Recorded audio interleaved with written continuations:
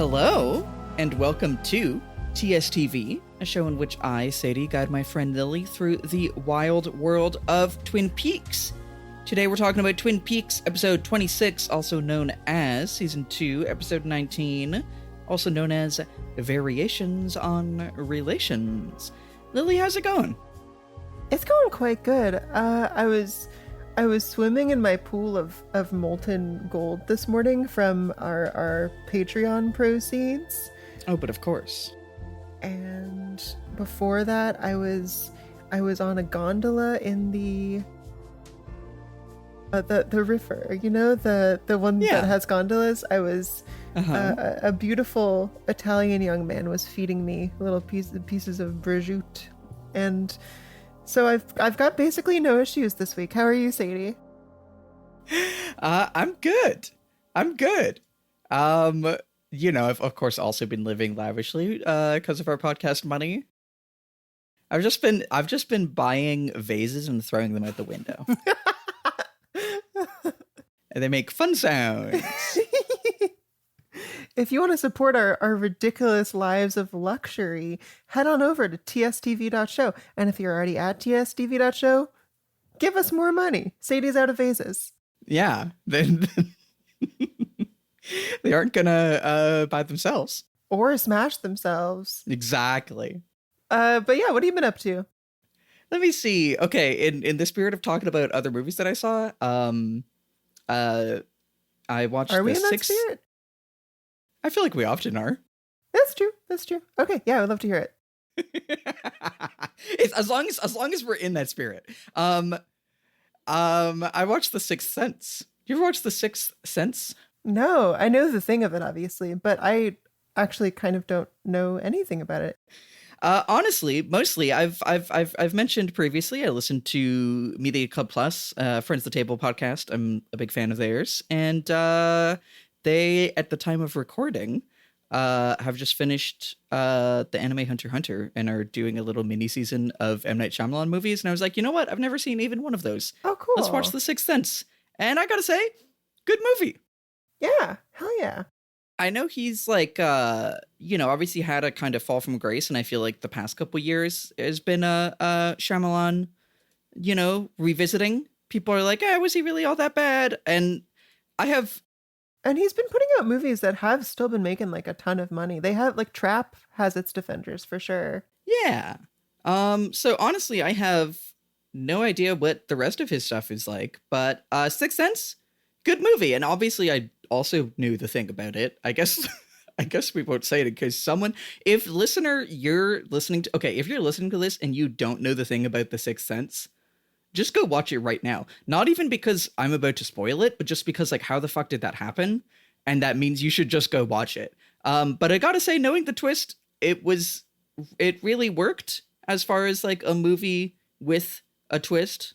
And like, it just, I guess I'm now committed to not saying what it is, but you know what? Okay, I'm just going to say it, everyone. You've all been hearing it. If you haven't heard it, literally go watch the movie right now. 3, 2, 1, Bruce Willis is dead and a ghost the whole time. But yeah, knowing that, honestly, it's a good movie. It feels a lot sadder. It's like not really a like horror supernatural movie at its core. It's just kind of like a family melodrama. Yeah. And knowing that he's dead just makes all the scenes of his wife not being over his death hit. And yeah, I don't know. Good movie. Really fun.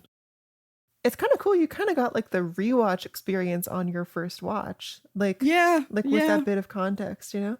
In some ways it reminds me of even my first watch of Twin Peaks when I had like thoroughly spoiled myself on basically everything before season 3. I just like I knew everything that you didn't know, basically. Damn. And yeah, it was like part of how like I knew it had like all this heavy stuff, and I was kind of like, I just want to know. But for as much as I've been protecting you from Twin Peaks spoilers for the sake of content, I do think that like there are a lot of things that you can know the quote unquote twist or the reveal or whatever, and just like enjoy it anyway, either through dramatic irony or just like being able to see the little pieces of foreshadowing and appreciate those the first time through. Yeah, totally. Anyway, what have you been up to? Well, I have been working on this essay about Mm-hmm. the American musician Jandek, or American Ooh. band question mark. It's sort of unclear. And I won't say more because I don't know if it is out by the time this show is out or if it's even like been announced or what. But essentially I've been listening to a lot of Jandek, and it's there's this. How much do you know about this guy? Like, not very much. I have a Jandek album in my library that I've been like, and I should listen to that at some point. And I never have. So tell me about Jandek. Okay, well, he's sort of the prototypical like outsider musician. Mm-hmm. He has released, and I say he, it's really like it is a band, but he's like the one consistent member, sort of a Mountain Mm-hmm. Goats Mm-hmm. situation. Um Released about 130 albums since the 70s, all self-released through his own Oh, label. wow. Um Starting off, they're basically atonal in that like the instruments aren't really tuned properly and he's not really like singing quote unquote well. But as the discography goes on, I don't know, it's like it's a view into a totally singular creative process that a lot of people Hmm. consider just like not even worth a second glance, but I think is like genuinely very, very cool. He does these things with like rhythm. It's almost like he is making like soundscapes out of instruments. Like the guitar will sound like a power drill or a blender or people talking or that kind of thing. So it's just like a very I guess like cool organic thing. And I was expecting digging into his discography to be a bigger challenge, but it's actually like I'm like 20 albums deep at this point. Man, that rules. Fuck yeah. Yeah, I have to agree.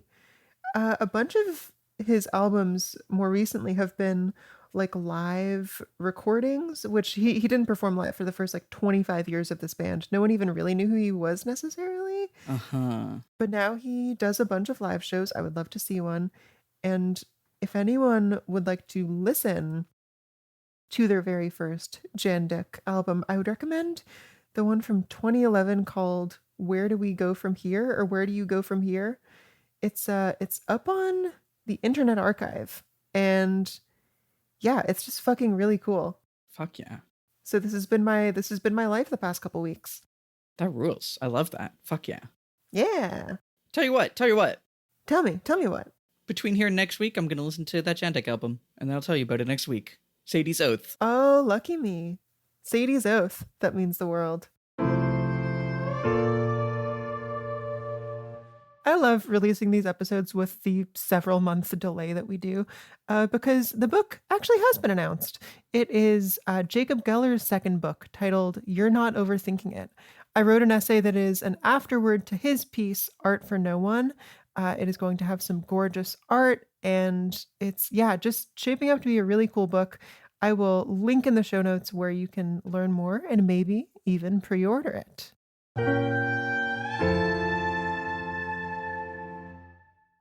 I see you have another little thing on your what you've been up to that I don't have any idea what those words mean.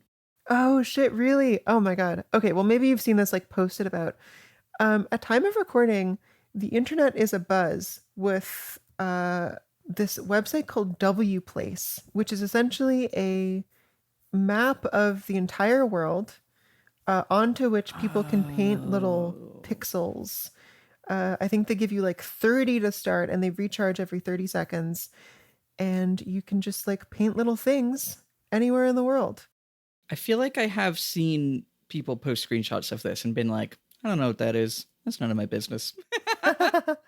Yeah, but it's like genuinely really dope. You can sort of look around, look at any given city, and you can just see like what kinds of things people are interested in over there. I'm currently hovering over Fredericton, New Brunswick, and there's a big message that says Fredericton is dead. I just zoomed in on Montreal and I saw Un jour je serai de retour près de toi. The Montrealers are Disco Elysiuming. Oh yeah, there's a lot of Disco Elysium rep on this map. There's a big portrait of Kim Kitsuragi somewhere on the island too, maybe in Laval. Anyway, this will all be gone by the time anyone is listening to this, but if it's still live, I highly recommend just futzing around on it. Especially interesting to wait, I just found something really good. It's a very lovingly rendered bit of pixel art of like a person in green and a black cap, and it has a speech bubble that says, "Glimbo fun fact: kill your parents." Hey, this could have saved Laura Palmer. Damn. Oh shit, this reminds me. Where the hell is Sarah Palmer? Please bring her back. Oh my god. Yeah. I won't linger on this for too long, but I will say a lot of the art on W Place is clearly being done by teenagers, and it's a really cool little lens into like what the youths are into these days. Uh-huh. I was gonna say, I feel like probably part of I don't know what's up with that. I feel like a narrative of this podcast has been me turning 30 and becoming less online and being like, I'm just not keeping up with that stuff. I'm seeing a lot of Undertale and Deltarune. It's a shit ton of Undertale. I'm scrolling through the Quebec countryside right now, and you got like various JRPG characters. I guess people are still really into Five Nights at Freddy's, which is insane. That's from when I was in high school, and it was never good even then, Yeah, this was definitely one of my things because I remember being like, 13 and being like, oh man, they're still making Five Nights at Freddy's. And I guess they just really kept doing that, and now there's a whole lore. So this is really our millennial moment. But yeah, like people are still mostly into the things they were into when we're in high school. Like there's a lot of car seat headrest content too, which is really cute. This is, I don't know, it's shout out to whoever made a cowboy fringant. Let me tell you, any Quebec heads in the audience, let's hear it for like Cowboy Fringant. Now that's a good little Quebecois band. I don't think I've actually ever properly listened to them. I was actually pretty into them in high school, funnily enough. Oh, hell yeah. What should I listen to of theirs? Let's see. Well, honestly, the one here on WPace is Break Syndical, which I feel like is probably a good one to listen to. It's been so long since I've like actually really jumped back in, but you can send me a Jantek album and I'll send you Cowboy Fringant Break Syndical, and we'll report back next week, I guess. Yeah, into it. Sweet. Anyway, should we talk about Twin Peaks? Let's talk about Twin Peaks. All right. So, let's listen to the log lady. Today she has to tell us about pie. Pie. Whoever invented the pie? Here was a great person. In Twin Peaks, we specialize in cherry pie and huckleberry pie. We do have many other types of pies, and at the Double R Diner, Norma knows how to make them all better than anyone I have ever known. I hope Norma likes me. I know I like her and respect her. I have spit my pitch gum out of my mouth onto her walls and floors, and sometimes onto her booths. Sometimes I get angry and do things I'm not proud of. I do love Norma's pies. I love pie with coffee.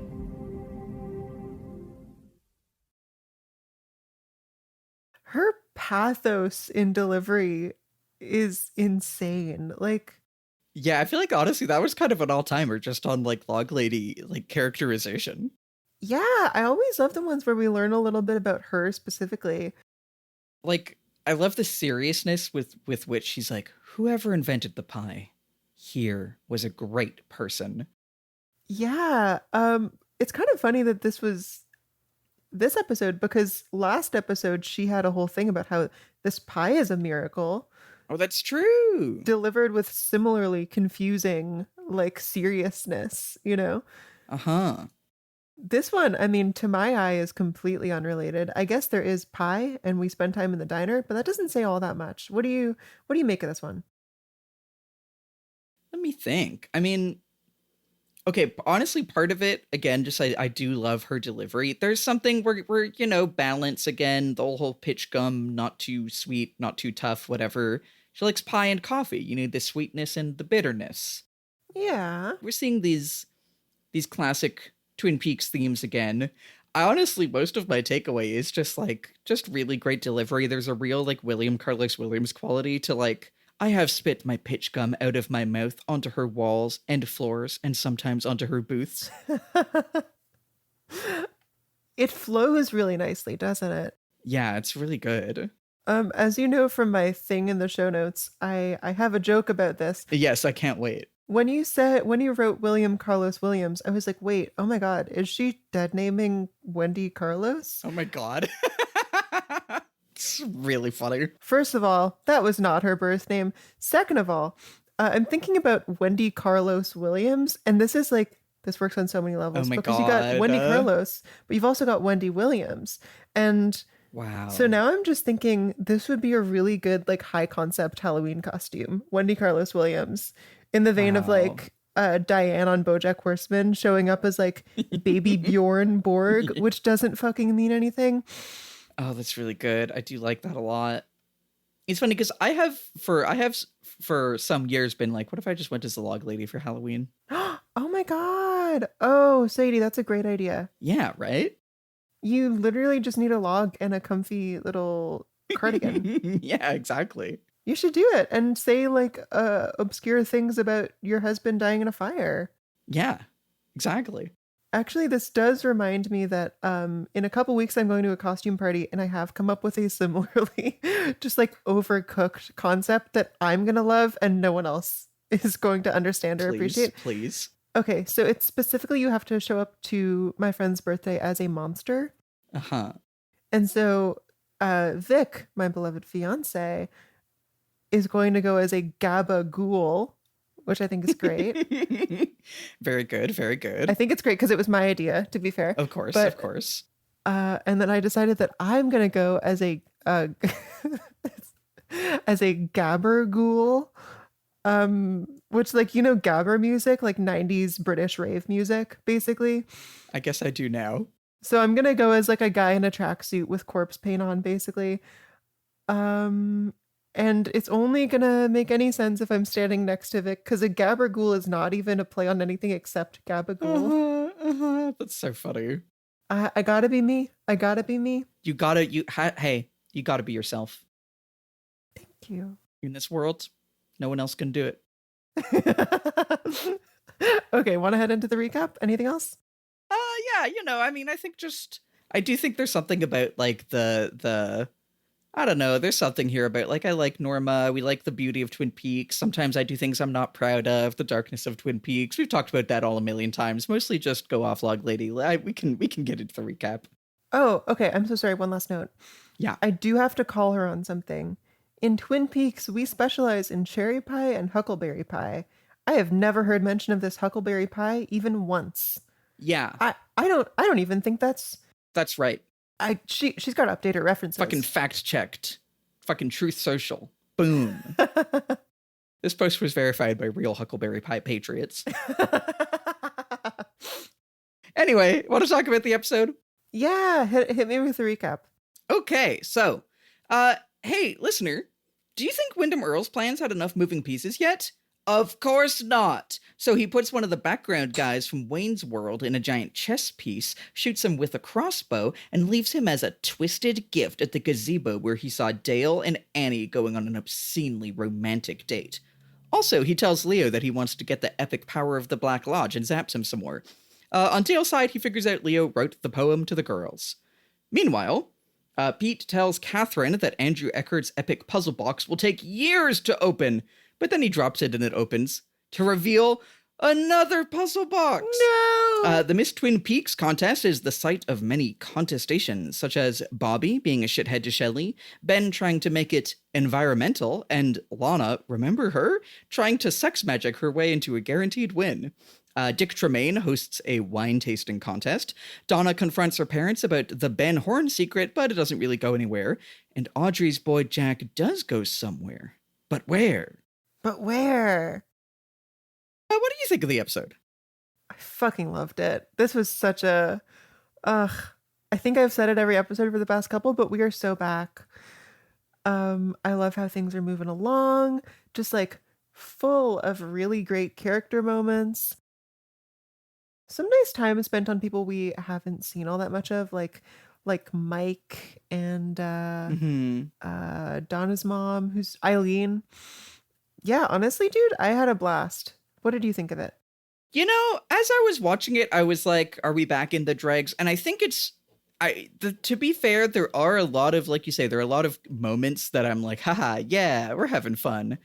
I think I'm just like, and I guess last episode still was kind of like this, but I think, and I'll get into it like as we get into the scenes, I'm just like, what we're putting the camera on in the investigation and what, just like literally what is important in a scene and the pacing of the scenes is the big thing that I miss from the before the reveal time.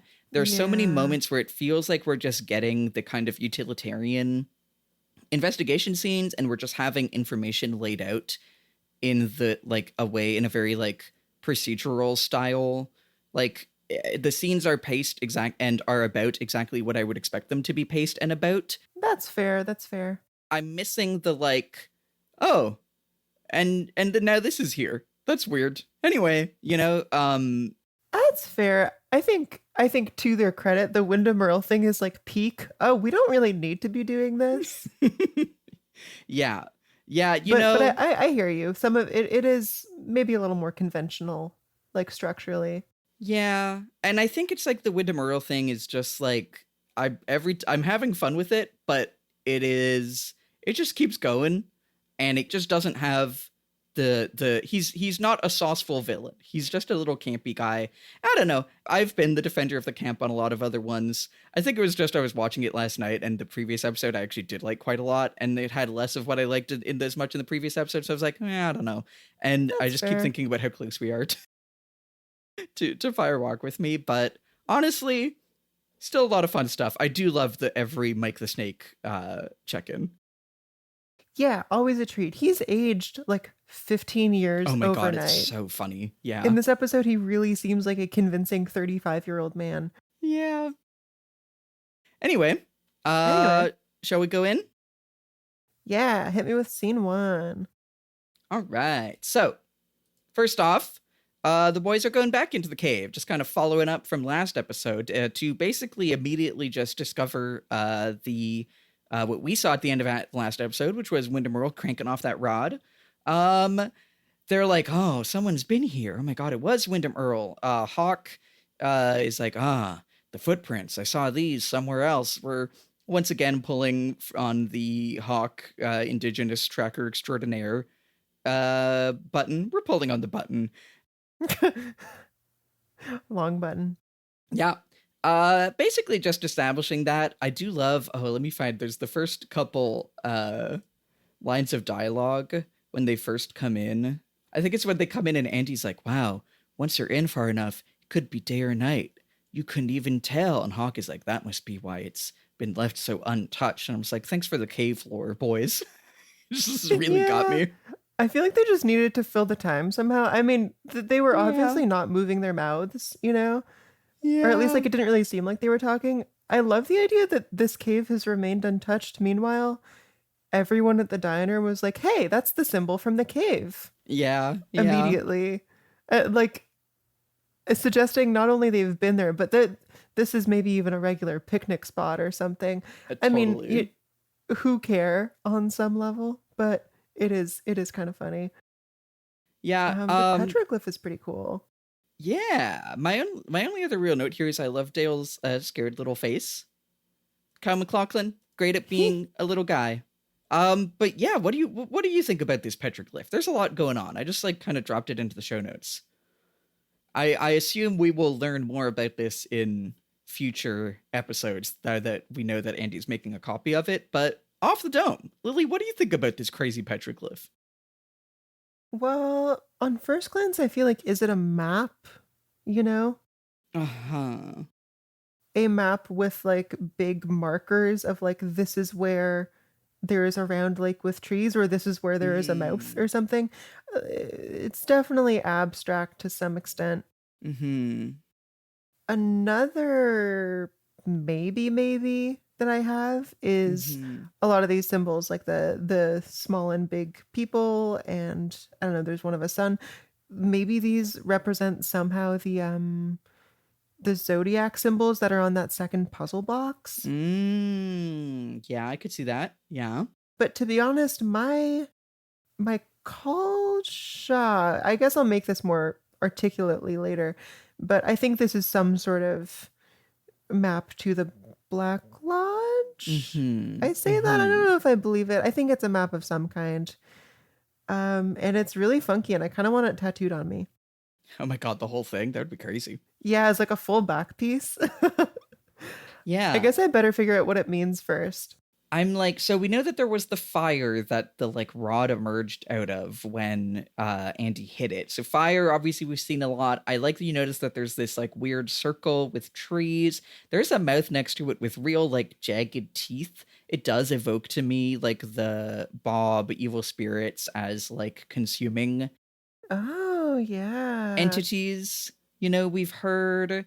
There's also this like pattern at like near the top and like kind of above the trees around the circle. There's this like squiggly line with dots. It kind of makes me think of you know, I think I mentioned this way back, but like one of the things that people will say online is like, oh, Twin Peaks, it's like a sine wave, like broadcasting like television or radio. You know, like it does have that same like this does look like effectively like a sine wave that's been drawn out. That's really cool. I like that. Yeah. You know, to me, oh, sorry. No, go ahead. You know, to me, it really looks like something I would doodle in my notebook, like the kind of shitty little trees with the rough circle and like these specific squiggles and dots. This is just like what I do absent-mindedly when I'm writing. So I wonder if this is something that like was done by some crew member or maybe even David Lynch like earlier in production, using like an intuitive vibesy process. It does kind of look like something anyone could do in a way that I find cool. But obviously it also has this like crazy mystical thing. Yeah. Do you have any kind of like press you wrote any reads on like what is the tall person and the shorter person? What do you think the fire is? What do you think the trees around the circle? Do you think it's a lake? I just want to throw shit at you. We're getting mysterious clues again. I just want to throw you in the fire of trying to guess what they mean. So next to the fire there are these like sort of squiggly vertical lines that sort of like flow down. I would assume that represents the waterfall. Oh yeah, I like that. The short person and small person could. Oh shit! That's gotta be. Well, the super tall waiter guy, and then the guy in the red room who is short. Interesting. What else? Okay. I mean, come on, big and small. I assume that the waiter dude, the giant, that's what we call him. I assume that the giant is like an entity of the White Lodge, and the shorter dude is from the Black Lodge. I don't really know what the spirals could mean, unless, I mean, maybe these are like physical portals. I don't know how much I believe that that's going to be something that happens. Yeah, and then I like the most striking thing to me about this is like the sort of squiggly, uneven lines running throughout this thing that sort of like structure it. It feels like a coastline to me. It does feel very, yeah, it definitely feels like a map in that sense. Like it feels, yeah. So I guess that's my called shot. Hell yeah. Hell yeah. Love it. Woo. Well, now that I've pressed you on that, I guess want to take us to what Windom Earle has to say about it. I suppose I will. Oh my god. Okay. Yeah, we get like a slow fade into Windom Earle, smoking a pipe, just completely laying out for us, plain as day. Well, like through a little bit of poetry. this is what the White Lodge is. It's where the people stand for good, and they want to do good even for no reason. And I'm a bad guy, so I like evil stuff like the Black Lodge, and I want to go there. I love how it's just like it's Disney villain morality, right? Like, well, that's good, and I'm evil, so I don't like. Yeah, it's like Addams Family. It's very silly. Totally. Camera trucks out and we see that he's explaining this to Leo and this like stoner biker dude.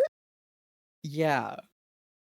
Who strikes me as like the kind of character you'd see in a live action Scooby-Doo movie. Yeah, I reached for Wayne's World, but definitely same kind of guy. Totally. Just like zany, sort of brain dead stoner. He's like, look, man, this is cool, but you told me there was going to be beer. You said there was going to be a party. I fucking love this guy. Excellent. Like one of the best like single episode characters you'll find. And sorry, that does obviously spoil that he is murdered, but I assume you've seen this episode. Yeah, I mean, from the first scene we see him in, Windom Earle's like, I love evil and killing. Anyway, and he's like, oh, this is a crazy party. Let me get into this giant papier-mâché pond that you're making. I'll just become immobilized in this. You're crazy. I fucking love this. I love the biker dude's like whole getup with the bandana and the long hair and everything. It's just this is such a trope of guy, but it kind of feels like a clash between like frat bro stoner and biker in a way that like doesn't necessarily make sense with my understanding of the 90s, but I guess they were there and I'm not there, so what do I know? I mean, it is definitely just like, also, there's no way that a guy would actually just be like, oh, there's supposed to be a party. I guess I'll just stay in this thing for like 4 hours. But, yeah. We're having fun. Yeah, his whole thing is that he's kind of dumb as rocks, I guess. But what do you make of the scene? And in particular, I would love to hear your take on like how Windom explains the lodges. Yeah. My first silly note, I love when he's describing the evil Black Lodge spirits. He's like, they're as like to rip your flesh out as greet you with a jolly good day. And I'm like, well, at least it's 50-50, honestly. Yeah, it's not as bad as I would have thought. I don't know. I think it doesn't work for me. I think this is part of why, like, this happening immediately is part of why I was like kind of down on the episode, is like, I feel like honestly the show has never really succeeded at talking about the lodges so far to me. Like when we've seen supernatural things, like I think about obviously Lonely Souls, the season 2 opening, Coop's dream in the 3rd episode, like that really works. I think that whenever they talk about it, it's just like, oh, like there was that one line of like, oh, if you face it with imperfect courage, your soul is obliterated or whatever. That was, goes kind of hard, but like, that's pretty cool. I think that this feels so much flatter. And, like you have your note of like, we finally kind of know what's up, but it doesn't feel to me like we know what's up in a way that is interesting. It feels like it is flattening what we've seen into like, yeah, one of them is like heaven and all the good spirits gamble around, which was my first, oh wow, we're gambling, with an O, of course. And just like, and the other one is where they're sick and twisted. And like, I know that the evil and good and light and dark, like this is the dichotomies the show is playing with, but it just feels so simplified. And like, I think that's fair.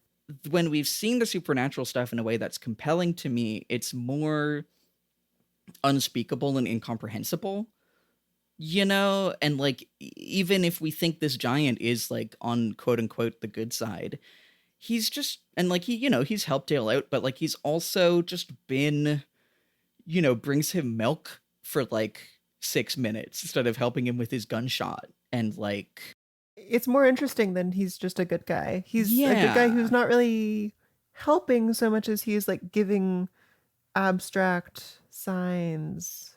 Or just saying like, hey, there's murder happening. Yeah, and it's, I think it has like the sauce to it in a way that the way Windom Earle's talking about it here as just like, oh, one of them's niceys, one of them evil, and I'm gonna get the evil power to reshape the world. It is Disney villain in a way that just takes the sauce away from it for me. And, you know, this could be like Windom Earle fails to understand the nature of these places, but I don't know. It just doesn't quite do it for me. Damn. No, that makes sense. To be honest, I think I was mostly excited this episode and last to have like a concrete link between Windom and this like supernatural stuff. But it is nice to have plot movement and like things are coming together for sure. But at the same time, like Windom has worked for me because he is a bit of like a trashy, campy TV villain. Mm-hmm. And I kind of actually do want the Black and White Lodge stuff to be like philosophically interesting, I guess. I don't know. I'm sure things will come together in some way. I mean, honestly, I think this is true about this. And also, as we've said before, like every scene of Dale talking about Windom Earle, like we do see him do things, but it's mostly just he walks around in various disguises and, you know, puts a guy in a big chess piece and then just talks about how he's going to get an epic evil spirit power. And like every Dale scene about him, he's just telling us how Windom Earle is so sick and twisted and a genius. And I don't even know. Asylum. But like, you know, like we're getting told a lot of things. I think is my beef mainly with the Windom Earle stuff the whole way through has just been talk, you know? Yeah, no, I hear you, dude. Okay, one cool thing about the scene for me is just that it ends with a camera movement over to like a photo of the petroglyphs on a little CRT screen that is just visually very cool. Yeah. And a bit of a, you know, there's the obvious like ancient versus modern thing, but there's also like, okay, so the supernatural stuff is being delivered through electricity. This is a motif that we've missed for like the better part of the second season. So don't necessarily know what it means, but it felt like a little reminder to me like, hey, we remember we have themes. My thing I did like about the end of the scene is when the Scooby-Doo Wayne's World guy is like, what's up? I thought there was going to be a party. And he just goes, in time, young man, and starts playing his stupid flute. Like, he's always got some bullshit going on. It's great. It's great. Should I hit the next one? Yes, please. So the start of this next one is Pete sitting, I guess, like at home, agonizing over this chessboard. He's thinking about what is the next move. Okay, before I get any further, Pete had said in some previous episode that he studied under a guy named Capablanca. I just assumed that this was like a funny fake chess name, but it turns out that is like a real all-time GOAT chess master, and I learned this recently. So really that's kind of fun. Go off. Yeah, no, Pete just owns at chess, I guess. And while he looks at this, he's trying to complete this poem that he started that goes, oh my god. It's so stupid. I forget exactly what it goes. I have it here. Like, it's I think I never shall see a girl as lovely as Josie. When she walked into the room, flowers stirred up, and then he's like, I don't know, room, doom, fume, gloom. It's like, bro, you can't. You wrote flowers. You can't figure it out. You can't get there. You decided it would be shit. What could it be? And then after this, he does land on Bloom eventually, but and then he goes, "Oh, Josie." Yeah. Okay, on my initial watch, I thought that Pete has these like gray long sleeve shirt sleeves, and I thought they were like bandages around his wrists, indicating that he had like tried to slit his wrists. This is a great Lily watching Twin Peaks moment. Yeah. You know, like the future Tiberian baths. Yeah, of course. Yeah, so I read into this like even more melodrama than is already on the screen, which is quite a lot. I how does this little grief moment land for you before we get into the rest? I mean, I think again poorly. I think we get the same thing with Harry later on, but they're just like, oh, She was so hot. Fuck. Yeah. And that's it, you know? This is Pete at his worst for me. Like it's just so self-pitying, and as like he didn't treat Josie like a human being. I actually really hate that he has feelings for her at all. Like even if I like him as a guy, I feel like that is sort of in a way your daughter, you know? Mm-hmm.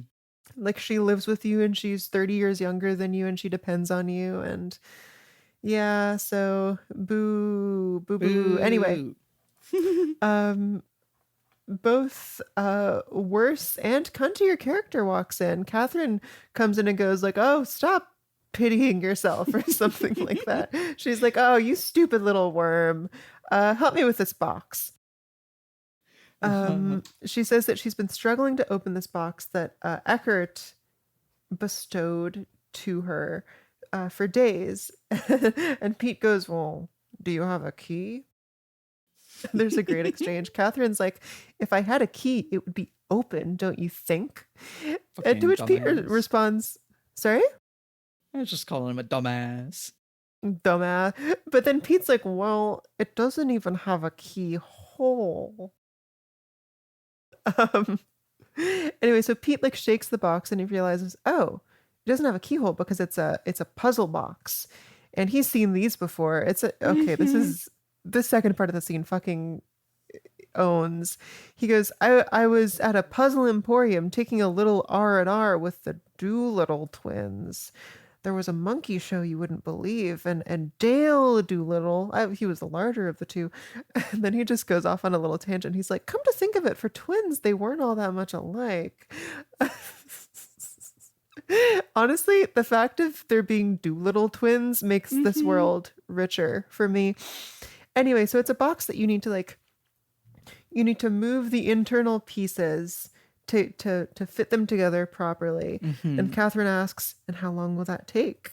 And in a killer moment of like looking at camera saying, please renew us for season 3, Pete just goes, well, this could take years. It's really good.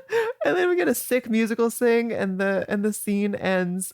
Now, Catherine, if we get canceled after season 2, we would never know what's in this box. I know people describe the end of season 2 as a cliffhanger, and it's because of the box. It's because they never opened the box, and everyone wants to know what was in the puzzle box. Fuck. What was in the box within a box? Oh, fuck my life. Anyway, any thoughts on this scene? I think I've said all of them. I think this is a blast. Their dynamic is so fun. It's a great variation on relation. Wouldn't you say? Wow, that's so true. Yeah, we did talk about that. What the fuck does that mean? My thinking is like, okay, there's a switch up in Bobby and Shelly's relationship with like with fucking David Lynch entering the picture. Annie and Dale's relationship is blossoming. Yeah. But okay, like at the same time, every episode of Twin Peaks has character relationships changing. That is like the core thrust of the show. I guess it like, because like the variations on a theme is like you're repeating the same theme, but with a different, with something changed, like a variation each time. Maybe there's something there about Dale and Annie. Like they both have this previous failed relationship that ended in tragedy, and now they're trying another variation on the theme? ? Oh, that's true. Yeah. Well, shall we? Okay, next up. What's this one? We're at the diner where we will spend a little while right now. Bobby and Shelly are talking. Bobby is still on his grind, and he's thinking, look, beautiful people get everything in the world. Blondes never get sent to the electric chair. So true. So therefore, you and me, Shelly, we gotta get ahead. And how we're gonna do that is you're gonna enter the Miss Twin Peaks contest. And Shelly really isn't into it, but Bobby basically does not give her a choice. She's trying to get up, and he just like grabs her arm and makes her stay and says, basically, you don't have a choice. Yeah, he says Bobby's in charge. Go fuck yourself. Kill yourself. Yeah, what do you bring to the table, little man? Absolutely nothing. It's like I've been listening to Joe Rogan. He's been telling me about pretty privilege. Says he's been reading up, watching TV. God, this idiot. Yeah, not much here other than, it's setting up that now she is in this and she's not going to want to be in this. And I love so much for her that she is entering some kind of strange love triangle, if only for this one episode. Because get away from this guy. Even I kind of want her to leave Twin Peaks, for her own good. Just get away from this crazy town. Yeah, totally. Bobby thoughts? Shelly thoughts? Just kind of classics of Bobby. He's back to being a motherfucker. Our count of Bobby scenes from he's kind of charming in this one too. Go kill yourself is back to go kill yourself. Yep. In a way that I think is starting to get a bit formulaic. He's like, oh, we got a new get rich quick scheme. I might have just been in a bad mood when I watched this episode, but because I think there are a lot of things that in previous episodes I'm like, well, this is stupid, but I'm charmed, and now I'm like, this is stupid and I'm less charmed. But sure. It's we're on this shit again. I don't know. I honestly I want to talk about the other thing going on in the diner. Yeah, will you? Okay, so I would love to call bingo. Oh, I guess we've already stamped remember that character, but this is definitely a remember that character to me, because I was like, oh man, I forgot about the old mayor or mayor's brother. I can't remember which one died. Also can't. I think the mayor's brother died, and now this is Dwayne the mayor. Sure. Yeah, that makes sense. Yeah, I know his name is Dwayne because I just wrote Dwayne's World. Oh, wait, but how about Rude Boy Bobby? Rude Boy Bobby is on here. Oh, yeah. Okay. Yeah. Stamp Rude Boy Bobby for sure. Bingo. Stamp. Bonk. Okay. So he's here with Lana. Remember her? Remember when she was in 3 or 4 episodes, just being she can ensorcel men with her redhead sex powers. So yeah, these two are back. Recently widowed seductress. Yeah. I guess just because they need a plausible third member of Miss Twin Peaks, right? Yeah, I guess so, which is very funny. Yeah. Anyway, she wants to ensorcel Dwayne, the mayor, into guaranteeing. She's like, you're a judge.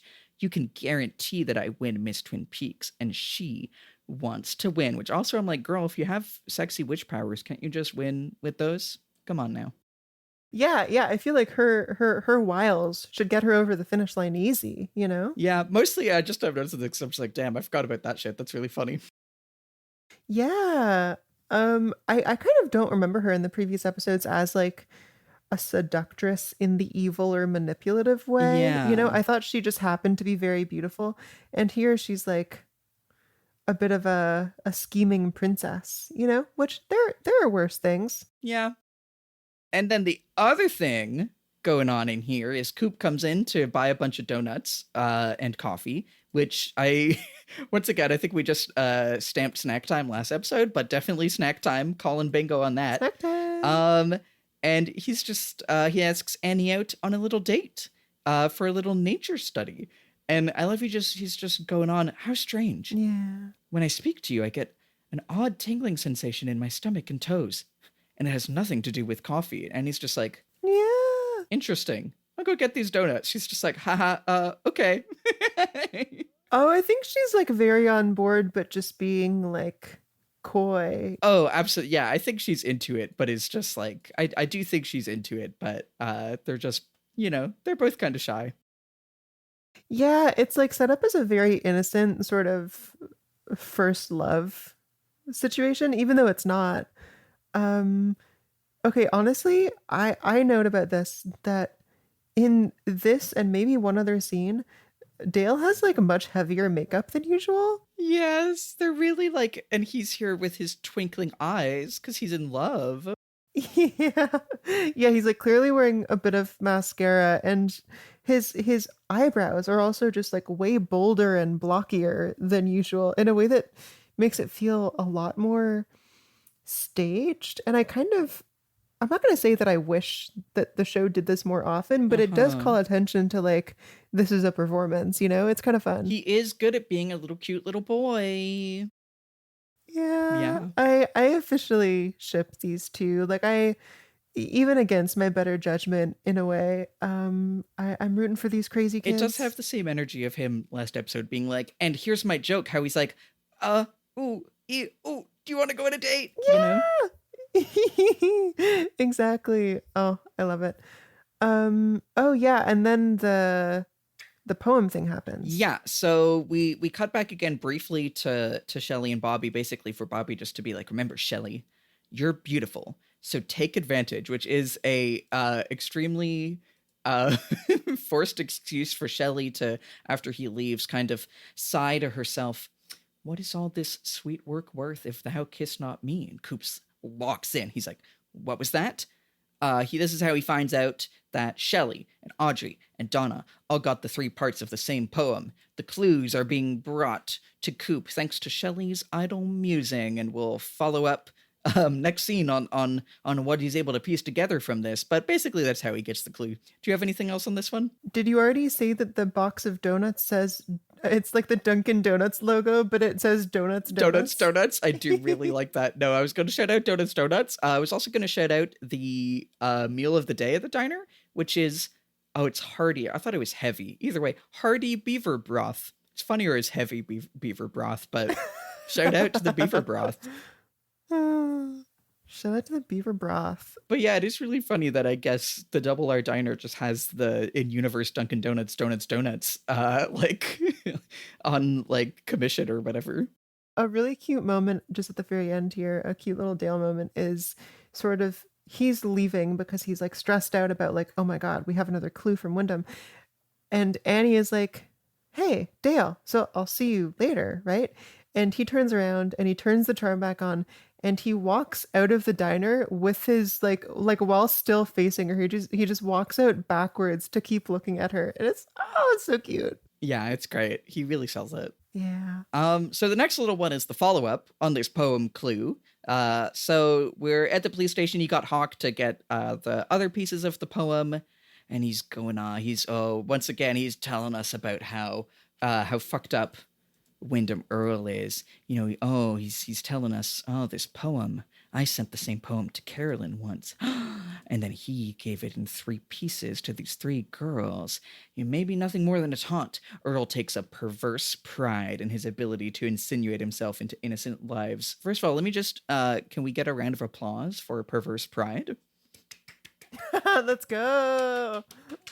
Happy Fierté month. Happy Fierté. Here in Montreal. Obviously, fuck Fierté, but yeah, we don't need to get into the reasons that Montreal Pride sucks, but take our word for it.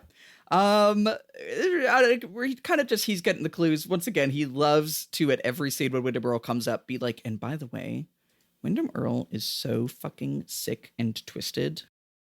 Is this the... Yeah, this is the other thing he puts together from the poem. He's like, wait a second.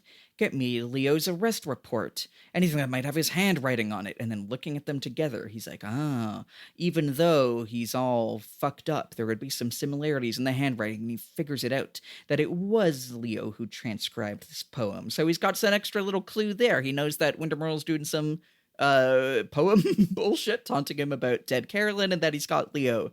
And he's making him do stuff for him. I love this detail that Dale can do handwriting analysis, partly because it's like as far as I know, it's basically a pseudoscience, which is like very up his alley. Oh, absolutely. Second, because maybe it's just me, I'm not trained in these arts, but those handwritings don't look similar at all. Like, well, he was able to find the minute similarities, even though his handwriting is, because he's Frankenstein now. I get that he's Frankenstein, but it just looks like it's from different people to me. But what do I know? Yeah. I've never failed to solve several murders. Damn, get his ass. And then we get another little clue scene, basically, where Andy is, as Dale asked him, kind of copying out the petroglyph. And Briggs is there, I guess, to talk about this kind of blue book Windom Earle connection, and he's like, by the way, Andy, I think that line there, it should go across, not down, or maybe the other way around, whatever. Anyway, he's like, actually, I've dreamed about that petroglyph, right? He says he dreamed about it, right? Yeah, or seen it. He wasn't sure which. Yeah. And essentially this is Dale just saying, okay, there's all these, seemingly disparate investigations. The disappearance of Leo Johnson, Windom Earle, and these petroglyphs in the cave. They may seem to be unrelated, but I think that they're... I'm looking at your notes here. The complementary verses of the same song. I cannot hear it yet, but I can feel it. Now, I think this is one where we're going to have different opinions on this, but I think we will agree that there is a great moment where just in the middle of this, we get this crazy cutaway to like Garland Briggs, and then suddenly this like stark white background with kind of green screened this like dark hooded figure, and through the kind of green screen hole in the background of this hooded figure, we see the petroglyph on the wall, and then we see space. Oh my god, space. And then we see owl, and then we see fire, and then we're just back to... There's an explosion sound. Yeah. And then we're just back to them talking in a way that is I do really love how they throw that in there. It's like the shot of the white void with the hooded figure is visually not like anything we've seen in the show, like including the supernatural stuff. Yeah, we haven't really... the kind of hooded figure, like cultist whatever, like is not imagery that we've drawn on. Do you have any thoughts on what that is doing? Like who is the hooded figure? What does this represent? Like what's going on there? I like really truly don't, except I guess there is like a bit of a yin yang read where like the hooded figure is in the white void, and then the owl representing Bob is contained within it. So I'm like, could this be Laura? Okay, I like it. That's a shot in the dark, but I don't know, like as an embodiment of good, but she also had much darkness within her. Yeah. I really don't know. To be honest with you, thinking about this little moment, which is one of a couple just like crazy stylish sequences in this episode, I'm also thinking about the explosion and the fire, which I initially thought like, okay, this is just to increase the impact, like an explosion sound with fire, like that's pretty metal. It's pretty hardcore, you know? Mm-hmm. But what if, I don't know, if this is a physical map of the area, notably, there have been fires. There have been suspicious fires. There was the mill fire. There was the log lady's husband died in a fire. Like these things feel like they have to be related somehow. I love it. Yeah, so I guess like that really cool bit aside, what do you think of the actual exposition here? You know, I liked it, I would say. I obviously, like, for me and for the viewer, the disappearance of Leo and the appearance of Windom and the petroglyphs, like all of that was already very clearly linked for us, I think. Like I didn't really need it made formal in this way. But I also previously have really enjoyed when Dale just comes out and says like, okay, this is what's happening, because it suggests, well, it makes me look forward to what's coming next. You know, it suggests some momentum, I guess. It is definitely giving. There are like 2-3 episodes left in the season. Like it's time we're lining everything up to be ready for the season finale. Yeah, I guess like that itself, just because, you know, I love this show. I have the first viewing's pleasure. Like mostly my experience here is just like, oh man, cool. Like this is exciting. Whether or not it's on the same level as the other stuff, who knows? I think this is one that I was more negative on as well. I think it is just, and I might just be like noticing this in the scene, and again, it might just be like the mood I was in watching this episode or whatever, but like, I think it's just the pacing and the way it's handling exposition. I just think about like how much more willing they would be to put a twist on scenes like this. I don't know, just like remember like with the scene when they're like recapping all the clues about Laura's murder, and while they're doing that we get this pan down the huge table of donuts with these little like fade-ins of stuff, and like we had so much to talk about that, you know, and then this is a similar scene of like, here's all the clues and things so far, and it's just like shot reverse shot, they're talking to each other. It feels like it could be out of a standard police procedural, and it is just a lot of talking about here's the things so far in a way that, I don't know, it feels more utilitarian. It feels like Sure. there's less of a focus on the weird things or just everyday side moments, and more focus on like what is just plot relevant in this kind of utilitarian way. I think despite that there is that like little bit in the middle that I love, I think this is just like symptomatic of how a lot of the investigation stuff has, I think, become a bit more formulaic for me in a way that doesn't really work for me. And it's been a lot of Dale and Windom Earle just kind of being at opposite ends of the show, talking about how they're epic rivals, you know? No, that's fair. Okay, well, I wanna give you an assignment here. Let's like script doctor this scene. What if it was either just like more in line with your sensibilities or more in line with the earlier show? What do you think would be different? How do you think this would play out? That is a good question. I think part of it is just, I think, a like shot to shot pacing thing. I think like that when I enter a scene in this stretch of season 2, and especially these investigation scenes, I have, as from like the first like 10 seconds, I basically know how long the scene is going to be and who's going to say what at which in what kind of pacing, because they're doing kinds of scenes that are very formulaic and just like in TV everywhere. You know, like this is a episode of, I don't know, Bones or whatever, where they're like, and here's how the clues are coming together, and here's what we know about it, and here's a new clue. And it just like goes beat by beat. And again, even I think really just shot by shot, and like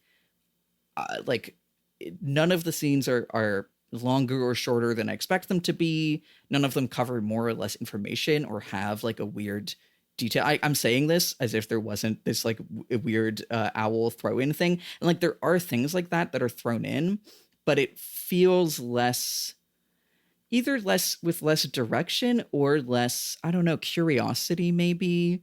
It feels like there was always an interest before the reveal in every time there was an investigative moment of being like, and by the way, what's another little like thing that we could notice on the ground and pick up and be like, this is a fun little thing about this place or this person, or like, you know, the llama at the veterinary clinic, or just like stuff like that, in a way that I think it's more streamlined. So I think my like script doctor would be not just like, what's the information we need to get across, but what's the thing about this that we can draw out that you wouldn't think is in this scene, but that when it is there, you're like, wow, that's so cool. That's so fun. And like, admittedly, that cutaway is part of it. But I think it would also be like, what does Major Briggs have to say about this beyond a utilitarian, like setting up this finale kind of thing? Like, does he have an insight or emotional moment about it? Is there like something Andy's doing right before he's drawing this that like, or right after, or like, you know what I mean? Is there like something bizarre and unexpected happening in the room next to them? Or even just stuff like, you know, that one scene when they're like, I think going to check out the safety deposit box, when they walk in and there's just like the deer's head on the table and the lady's just like, sorry, it fell. And then they just move on to the rest. Yeah, you can just do that anytime, right? Yeah. You know what I mean? Yeah, there's less just stuff like that. That's like, okay, sure, that was in there. Anyway, you know?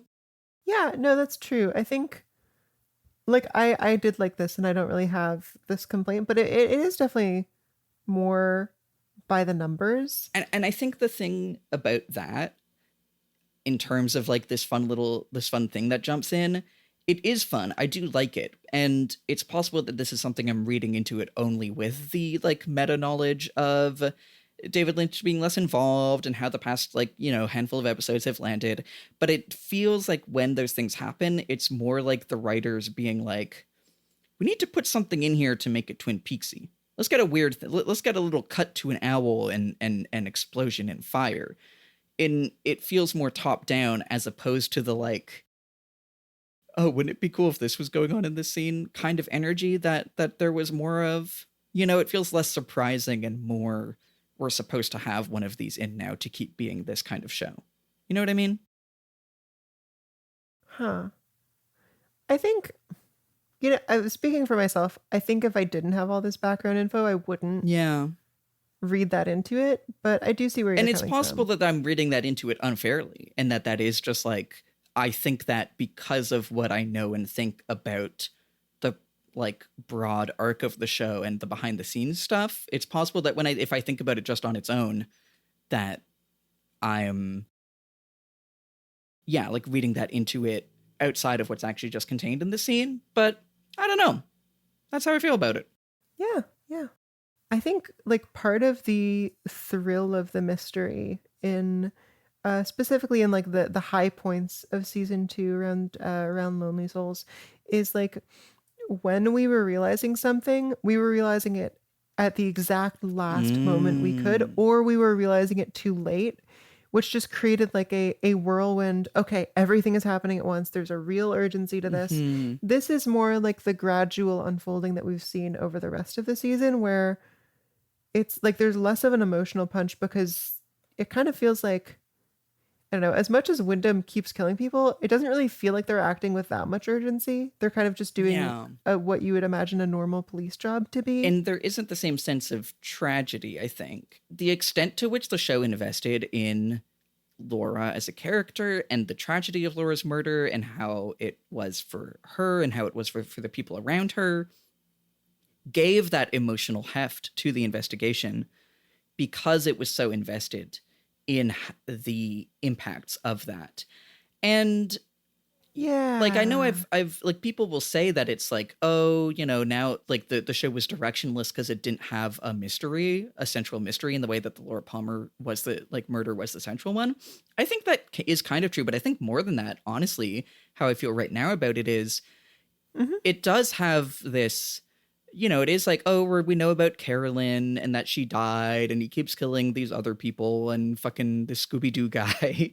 But it doesn't have the same emotional heft. And I think, honestly, a big part of that is we've been told about how sad Dale is about Carolyn's death and how twisted Windom was to do it. But we don't know enough about her, and there hasn't been enough time invested in her as a character or anyone else that she knew. And when we have had Dale talk about her, it was just like, she was so nice and it's my fault. It doesn't, I think that's a big part of it. The sense of urgency and the sense of emotional necessity is missing because the tragedy, like this is who was killed, he could kill again, just doesn't have the same weight to it, Damn. Yeah, this makes sense to me. Man, I feel like that's the first time in... I got to give it to this episode. This is the first time in quite a few episodes that you and I think, have like cooked up a certified TSTV analysis. I think we've... You know what I mean? Not that we haven't been doing it, but I think the show has been more like, doody-doody-doo, check this shit out. Like Twin Peaks has. And so that's kind of... We've been on that silly ride. But it feels good to... If as we are gearing up for the season 2 finale, it feels that good that you and I are like, we're back to our little theories. Yeah, we're doing like, we're punching the boxing bag. We're getting ready to get back in the ring. Yeah, feels good. Exactly. All right. Anyway. Should I bring us into the next scene? Please. Great. Okay. So here we've got a pretty quick and silly one. That is, Ben Horne is in the lobby of the Great Northern. Dick comes up and he's like... So he's looking for Audrey because I guess like Audrey is like Mr. Manager around here now or something. Yeah. Because they're doing this charity wine tasting later. Ben says, she's not here, but that bandage on your nose, from the weasel. Our business will of course cover any medical expenses. To which Dick gets into this like super sort of precious, like almost praying pose, and he's like, oh, thank you, kind man, up, and I suppose some workers' compensation will be arranged. And he just like totally he plays him in like a totally hateable and delicious way. And then he walks away, and we get a little shot of like Ben monologuing, basically saying like, he does a little impression. He's like, I'll alert my attorney. I want to be good, but sometimes I want to be evil. I do like, as far as Ben Horne's ongoing trying to be niceys quest, being like, and that means you have to be niceys to Dick Tremayne, the most annoying guy in Twin Peaks. Yeah, short scene. Yeah. But I do still have a fondness for every time Dick Tremayne is on screen being the fucking most annoying guy in Twin Peaks. It's fucking great. Well, here it's like against not, someone we really straightforwardly love like Andy, but it's against Ben, who's like, yeah, Ben gets to suffer a little bit. That seems fair. Yeah. I also, I appreciate there is a point in this this pod where I thought, Ben is irredeemable. We should shoot him with a cannon. And I think part of the reason that he's winning me back is like we are actually getting a proper inside look into his like search for redemption. He's talking about it every episode, how he used to be evil and now he wants to be a nice guy. And it's like he's struggling with it. I think that is so much more interesting than him just like actually being redeemed and like super sweet now. I agree. I also love that he has his good boy carrots to help him be a good boy. Yeah, he pulls it out of his pocket and he's like, no, I gotta be Bugs Bunny. Oh, that's really good. You should start cross-dressing really, too, really like good. Bugs Bunny. Could not agree more. Actually, that wouldn't be a great look for us, Queen. I don't think any man in the show should transition. Damn. Well, Andy's a cop. Let me think about this a little longer. Mike the Snake, those two as a butch femme couple would go crazy. That would go crazy. Him and Nadine. Let's see. I don't know why I'm lingering on this. I think Ed would be a decent woman. Also haven't seen what he's up to in a while. Yeah. But in general, I think any given person transitioning would just put us under a lot of scrutiny that we don't need right now. You heard it here first. Don't transition. Wait, sorry. Specifically Twin Peaks characters. If you want to transition, I highly encourage it. Now, unless if you're a character from Twin Peaks that's escaped into our world, you could transition, but you've got a whole bunch of other shit to figure out. Okay, should I keep it going? Yeah. Okay. God, this rules. Windom and Leo have been building a paper mache pawn around Scooby Don't. Yeah. He is like, haha, this is so crazy. Oh man, when am I gonna get out of here though to have a party or whatever? Oh, you know what? Actually, the scene starts on a moment that made me gasp, which is just a quick shot of like a foggy forest. And I didn't even realize this was from Twin Peaks. But if you look up foggy forest, this is the highest resolution image that comes up. And I've used it for podcast stuff like 20 times. I love that. Hey, it's a beautiful image. That's so funny because I literally just took a screenshot and sent it in our chat. Like, wow, beautiful image. Yeah, this is a famous one for me. Yeah. Anyway, so Windom is like, all right, well, it's time for me to basically go on a little monologue about how you little punk, you little lowlife, you've lived a life of odium. And he's assuming that this dude will not know what that means, which he does not.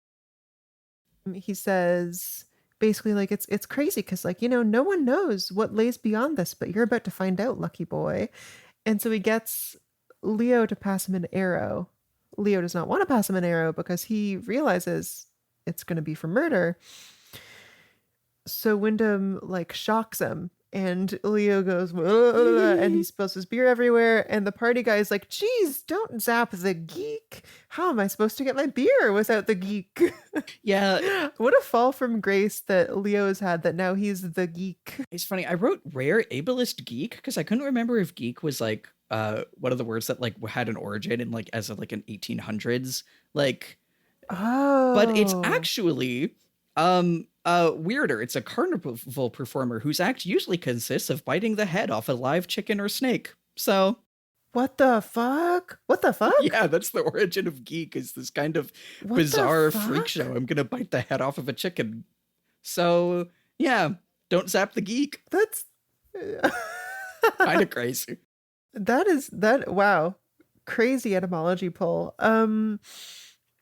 Anyway, so the end of the scene is like this montage that is fucking god tier, fantastic. It's so good. Which is that Windom finishes his little monologue about how this dude is going to find out what happens after you die. We got a shot of him staring down the camera and aiming his crossbow loaded right into the camera. He says, "Now." We get a fast, like a crash zoom into the guy's terrified face. Then we get a profile shot of the crossbow firing that swish pans into the arrow now lodged into this paper mache. Another crash zoom into Leo's terrified face. And then the shot of the guy's, the victim, who is already somehow dead, with strawberry syrup running down his chin. Yeah, it's really good. It's really good. I know I've been shit-talking this episode, but this is an all-timer. Yeah, it is like genuinely silent film style montage. It's like not the thing that we do. Yeah. It's from when you had to be expressive without any sound.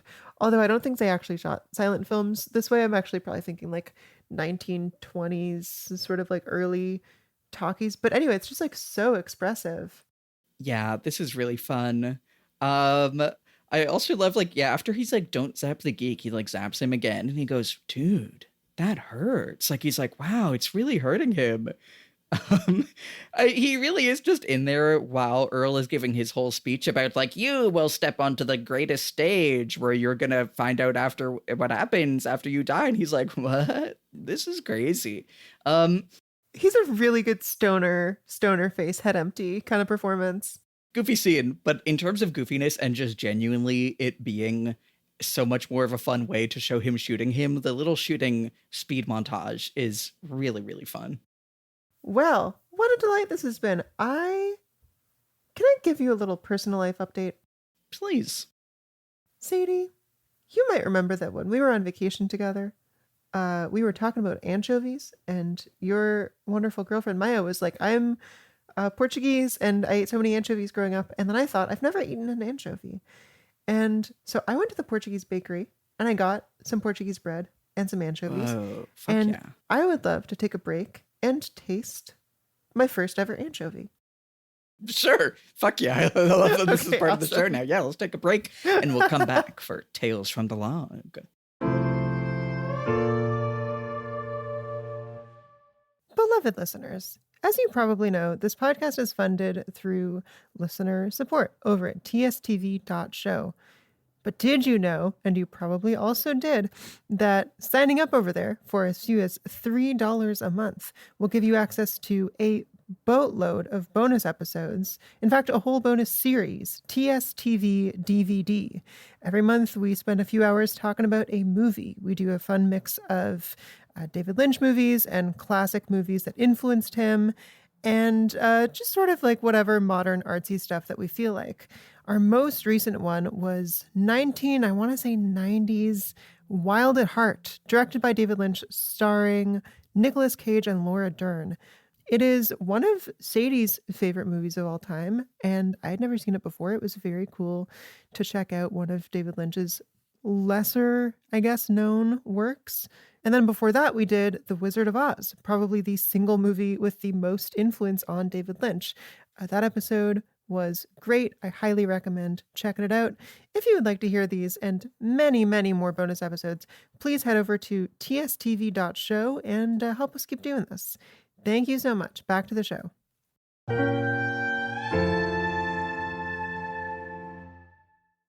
We're back. And before Tales from the Log, Sadie, I've had a revelation. Uh-huh. Sardines are delicious. Yeah, they're great. Yeah, it turns out. So I just like, I did get some like nice fancy ones for my first try. And I'm just having on some fresh bread, some lemon juice, some herbs, some mayo. And I had to make even more that I'm going to take a bite of right now. And this is why I was gone for so long, because I simply could not help myself. Love that. I had some cream cheese and smoked salmon. Ooh, wonderful. Our beautiful Mediterranean lives. I have a message for one particular listener who I know is really invested in my diet, because anytime I post about meat, they're upset. Wait, what? I don't know if they listen to the podcast, but There's this one person who I've left Twitter since this happened, but anytime I would reference dairy products, meats, fish, etc., they would always be like, but like, you're taking lives. Oh my God. And they were so supportive in other ways that I never blocked them. That's crazy. I would just kind of respond and engage. But anyway, to that person. Girl, you're too generous. I feel like you're always responding and engaging to people that are replying at you with some bullshit. It's definitely true because I have love in my heart, and so sue me. But anyway, to that person, if they're listening, I'm working on it. I'm working on going vegetarian. I'm not okay. This is a framing device for me to update people on my life, which is that I've been working on going back to being vegetarian, which I was for like 10 years, and then I just got lazy. But it's actually been wonderful for me. And so this is Lily's treat. I mean, I support you in your life. I've got a message to that person, which is stop doing that. Just because you watch someone's YouTube videos doesn't mean you know them. That's weird. And what other people eat is none of your business. And you should be preaching at people about what they eat. You're making my friend self-conscious about having a beautiful anchovy, sardine. So stop doing that. Don't do that. Think really hard about why you think you want to do that. That's what I have to say to that person. Damn. Yeah. Okay, Tales from the Log. Yeah. Okay, so you made the point that Big Ed is not in this episode. Big Ed is not in this episode, and neither is Norma. And I'm always curious what those two are up to. I mean, didn't we do their honeymoon? We did we went to the water park with them last time. Yeah. So I think there's a pretty conspicuous absence in this episode, which is Audrey's in Seattle. Oh, the big yeah. city. Of course. Which feels like it's rife with potential. Yeah, she was going there for some conference. Environmental or something? I think so. She had a breakfast meeting. I mean, who knows if Audrey has ever been to any city before in her small town life. She's stepping off the bus. She's entering a world of wonder. This is the Big Apple, baby, the greatest city in the world, the city that never sleeps, the center of the movie industry. Up in the Hollywood Hills, you could be anyone. So what does she do in Seattle? Space Needle? Yeah. For a second I was like, wait, that's from SpongeBob. But no, that they do have that in a SpongeBob video game that I play a lot growing up. It's really funny. I assume it's not from that. No, it's from Seattle. Yeah. Okay, well this episode is interested at least a little bit in the whole show, fire, the woods, nature, whatever. She could go up to the top of the Space Needle and see that back home in Twin Peaks there is like a fire starting somewhere, for instance. Ooh, okay. And then next episode we're gonna follow up on that. Well, considering I don't think it's actually gonna happen, because I don't think there's actually a fire, I guess it's tricky. No, I like it. She goes up on the Space Needle. She's using their binoculars where you could go out and look at all around, and in the distance sees smoke coming from Twin Peaks. Damn, we are assuming here that it just works like the CN Tower, but I feel like it probably does. Yeah, and also I'm assuming you can see from Twin Peaks from Seattle with their super strong binoculars. Yeah, they did need a plane to get there, but yeah, listen, who know? But she should also get up to something. She should have some little ambiguous, not fully realized romance. That's what I was thinking. It's her like, oh, is this going to take me away from Jack, from Drake's cousin? Yeah. What if, like on the way down, when she's like going to alert someone, the elevator breaks down and it's just her and one other person in there. And so she gets a bit of a bottle episode too, where she just spends 5 or 6 scenes hanging out in this elevator, getting to know this mysterious soul who will never appear again. Yeah, and it is Kurt Cobain. Yeah, absolutely. Yeah. From Nirvana, she has a little crossover, little romance with Kurt Cobain from Nirvana, but they couldn't get him for more than one episode, so he just had to. My God. It was only a romance that could never be. Wow. They're about to kiss when the elevator's doors finally open. Damn. And Kurt has to go because he's famous. He's in the rock star life. And she has to say, never mind. So sad. So sad. Well, that's Tales from the Log. Yeah, it's pretty dumb. Yeah, that's Tales from the Log. Anyway, speaking of pretty dumb, the Miss Twin Peaks competition is starting to happen. The judges are gathered.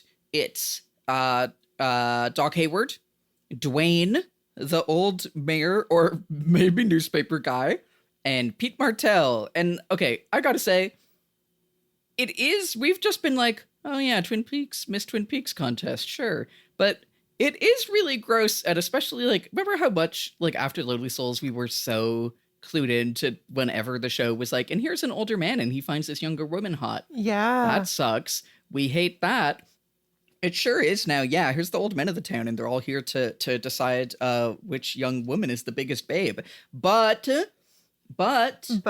not if Ben Horne has anything to say about it, because he doesn't want it to be the swimsuit jiggle fest of the past, in his words. He says that it's time to talk about nature. They're going to give speeches about protecting forest, about tree. And they're going to be graded for their inner beauty, not just their outer beauty. Wow. We see Lana enters, and Shelly, Donna, and Nadine are in line. Shelly's kind of, not sure about it. This is a kind of just comes and goes, but I do really have to give it to Richard Bamer. He has the capacity, just as Ben Horne, to make any boring scene fun to watch, I think. Yeah, it's true. This comes and goes. We keep being like, hey, Twin Peaks, for a show that was really about sexual predation amongst older men, you sure are just like, yeah, and all these old guys can judge these young ladies. But that kind of comes and goes. And I think the real highlight of this scene is Nadine comes in. I wrote, let's go, Nadine, to enter, with Mike the Snake, of course. Bobby kind of pulls him aside and is like, listen, I'd ask where you've been keeping yourself, but I think I know, because these two haven't been in a scene together in like 10 episodes. He's like, this is scary, Mike. I'm worried for you. And again, I really am thrown back to like after Lonely Souls, the whole stretch where I kept just saying it was like Twin Peaks was setting up this thematic house of cards and throwing a bowling ball through it. Because everything I'm saying about these older men and these young women, we sure do then have the show just going full bore into like, Mike saying, oh, come on. It's not what you think. You think I'm going out with an older woman. Bobby says, I think I don't know where you got this sudden interest in the life of fossils. First of all, she's like 40. Yeah, no, absolutely. The show has thrown to the side any worries about these kinds of relationships and is just saying, hey, you know what? Take it from Mike's mouth. Do you have any idea what a combination of sexual maturity and superhuman strength can result in? He whispers something that the shooting script calls more elaborate and descriptive in Bobby's ear, to which Bobby screams like, whoa! And then like shocking everyone in the bar. Jump scares everybody. Yeah. Then he does it again. Yeah, just cannot get over it. It's so funny. This is a real, the transamorous parallels with Nadine are continuing, Superhuman I think. Strength. Well, yeah, of course, because, hell of an athlete. Exactly. But just the like, you're dating this woman and she's not normal. We should talk to you about that. But this does work for me. Just these two's like dipshit relationship being like rebooted just based on like, holy shit, she could do that is very silly. Yeah. Yeah, it's really good. Do you have thoughts on all this? Nothing in particular, other than I guess we get another second of Shelly like really not wanting to do this pageant thing. Yeah. Curious how this is going to go, because if I'm not mistaken, Miss Twin Peaks is like the next episode or the one after, and I feel like it's going to be pretty pivotal, but I have no idea what's going to happen there. I mean, obviously Windom is scheming something, but who's going to be central to it? I don't get a sense that any of these ladies die, so I don't know. Intrigue. So intriguing. We move on to, I think, a stinker of a scene. This is where I'm hitting season 2 sauce derogatory. Which is, honestly, if there's a derogatory season 2 thing. I've said it every time. I think it's how it handles Josie. And we're back in there. It's true. Have Harry meeting with Catherine, kind of like, oh, we're going to talk about Josie, which apparently... Actually, wait, before I get into any of that, we have an insane Windom Earle crossfade in between these two scenes. Oh, yeah, it's like a still image of him with... What the hell? Why is this here? I guess just to like remind the audience, by the way, that's going on. It's like we just get this shot of the cave wall and then just a still of Windom Earle holding the crossbow, just like, damn. Watch out. He's out there. Very bizarre. I don't know if that works. And neither does this conversation.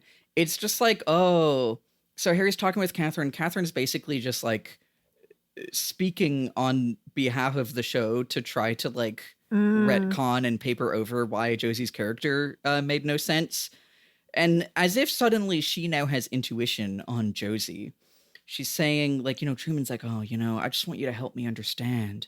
Why did she do the things she did? Catherine is like, earlier in her life, she must have learned the lesson that she could survive by being what other people wanted to see. It was, it became the largest truth in her life. She no longer knew who she truly was. Yeah, blah, blah, blah, blah. I don't know what was left of her private self. She may have never shown anyone. Oh, all the lies, they may not have seemed untrue to her. Blah, blah, blah, blah, blah. It's so... Yeah. And then, like, Harry to himself is just like, she was so beautiful. Bro, kill yourself. That's his, sucks. Like, one thing. That's, like, the only... He doesn't even give a shit. He's not even interested in Josie, Yeah. It sucks. And that him and Pete both just have this to say about her. And Catherine, who was vile to her, is now like, oh, well, I do have this intuition about how she worked. And it's just like the show covering its own ass for Josie having no consistent motivation or interiority. Just having Catherine be like, well, maybe she didn't even really have interiority or a consistent motivation. What a mystery. God. She was so beautiful. Ugh. I read into this like a really terrible irony. Like when Catherine says she decided she could survive by being whatever other people wanted her to be. But it's like, my girl, you basically enslaved her. Like, yes. did she decide she could survive that way, or did you leave her no other choice? Yeah, it's so bad. It's like if like all of a sudden we were gonna have like Leland show up and be like, here's what Laura was really like. It sucks. I hate it. Yeah, man. We then get the other little half of the scene, which is Pete walks in, which again, while I was pissed off at Pete for remembering his, oh, Josie was so hot, he does walk in and just say like, wow, we got some beauties this year. Pete, I was saying this a couple episodes ago, in some ways I respect the way the show is continuing to implicate Pete and he doesn't get to stay innocent, but it's also, I'm like, hey, kill yourself. This sucks. The kill yourself count for this episode is off the charts. I think we're at like 3 different characters. Yeah. Next episode, they're all dead. So it's box time. It's puzzle box time. We look at box. They talk about box. Harry doesn't know about box. Pete has box, and oh my god, he drops it. Oh my god. And of course that opens it, which honestly, that is of the like. I think it is really funny that the like. We went from the previous box scene in which he's like, well, this could take years, and then immediately drops it and it opens. It opens. Oh, it's really, really funny. It feels like basically a gag given like what's inside is another box. Like it doesn't actually get them any closer. And what's inside but another box. I do love he then picks up that box and goes, I don't know, I'll try dropping it again. And Catherine's like, that's a good bit. I do have to hand it to them. That's a good bit. It is very funny just being like, well, there's a box, fuck it, there's another box. And it has all these symbols. It's like a zodiac, but like some of the symbols are changed. And it's also, there's only 8 of them, which there are 12 of the real one. Yeah, this is strange. I'm not sure how to take it. They're so befuddled by mysterious box. These bitches would never survive Mulholland Drive. I thought you were gonna make a neo-vagina joke. Mysterious box. That was also really good. That's what's also really good. I don't know. Do you have any thoughts on Mysterious Box? I love that it opened it by dropping it. Like that to me feels like a bit of a like, intuitive approach. You can't force the thing to happen. Just let it happen. And I love in particular that Pete like internalizes that lesson immediately and then drops it on purpose. But when you do it on purpose, it doesn't do anything. Like that, you can read some depth into that, I think. Yeah, that's fun. Yeah, I think there is something there about like how puzzles work in this show. Like this does make me think, especially given the moon thing that we get in a little bit. Okay, it's gonna all come together somehow. Yeah. How do you think it's gonna come together? I don't know or care. I have no idea. Because like are the South, honestly, Black Lodge being built by white South Africans, it's not the most far-fetched. Yeah, I'd believe it. But like I see no supernatural quality in them, so I really don't know, man. Yeah. Any final thoughts? That's box. Let's go on a date. Yeah, okay, we have Dale and Annie on their little nature study date. They're out in I think a canoe? Boat understander, chime in. Isn't it like a rowboat? Is that? Yeah, probably. I don't know. They're rowing it. And so they're having a more serious conversation than I expected. These two never seem to just have a little bit of light, get to know me type banter. It's always like, in this conversation, Dale basically asks like, in other words, like, why did you try to kill yourself? Yeah. It's like big for first date, but what do I know? These two clearly have some sort of connection. He sure does just like grab her wrist and like, run his finger over the scar and be like, damn, let's talk about that. Please stop for me. Yeah. So essentially in the scene we learn that Annie, to reiterate, my girl, love her, take a bullet for her. She joined the convent as probably the result of this bad relationship she had had with a boyfriend. Which is also like in between these two things, the boyfriend and the convent, I guess, is also when she tried to, slit her wrists, which I was surprised by because I figured that the scars were like a more recent thing. I guess it's been at least 5 or 10 years since this thing happened. Yeah, she said he was like in high school. Yeah, I don't know how old we're supposed to take Annie to be. I figure like 30 or so. Yeah. But yeah, they bond over both like having this difficult past with relationships, although obviously very different from each other, with Dale and Caroline. And then they kiss, but like they're really far from each other. Yeah. So it's like a distance kiss. They don't even fully land it. It's very cute, but a little strange. And all the while, Windom Earle is on the shore in birding gear. I fucking love his costumes. Yeah. And he has like a bunch of like fish hooks on his hat. He's looking through binoculars and he's giving a little like a smug little smirk, like I see them. My note is he's just making the face that your beloved fiance Vic makes every time they send the photo of them doing that one face that I put in the show notes. Holy shit. Okay. We have to remember to post this because it's a really good side by side. Oh, absolutely. Absolutely. Love it. Any thoughts on the scene? How about, how is Dale and Annie Danny? Dale? Yeah, the Danny ship. And Dale? The Danny ship.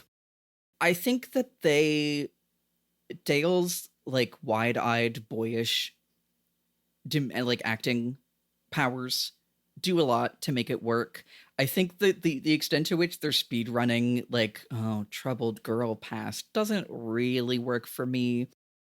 But I think everything we talked about last episode about like them having these similar like way of, kind of two sides of the same coin of like way at looking at life, and them both having this like, pain from a previous relationship that they're trying to do like redo the variation on relation. That kind of works for me. That's true. That's true. I think when it works the least is when they're just speed running like, oh, tell me about your scars. You have passed. I want to help you heal. It's just like it is a bit paint by numbers, and they sure are like really running us through establishing it. Yeah, it's moving fast. It's true. I do like how they're going to the like one lake in town that everyone always goes to for their like, oh, we're by the water scenes. And there is something about like the water is where the dead bodies show up, like being where they are like inaugurating this new romance and being haunted, and like the romance with the like built on this history of trauma and violence. There's something there, you know? Yeah, I agree with you. Speaking for myself, I really like that these two sort of just like have time and space to flesh out a relationship. Like, yes, it's moving fast, but it's not, at least right now, it's not motivated by any outside concerns. They can just like, this is a little bubble in the show away from everything else.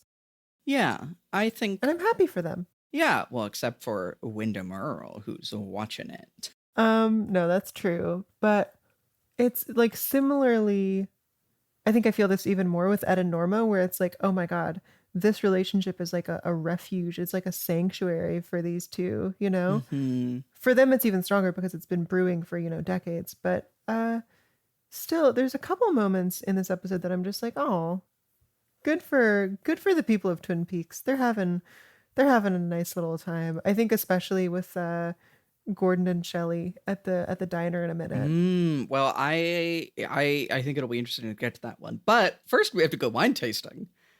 Yeah, baby. So Dick Tremayne is hosting, as he calls it, an onophiliac soiree. Gross. So this is just a little Dick, Lucy, Andy comedy scene, which, as I keep saying, they never fully miss for me. Effectively, Dick is talking us through the wines.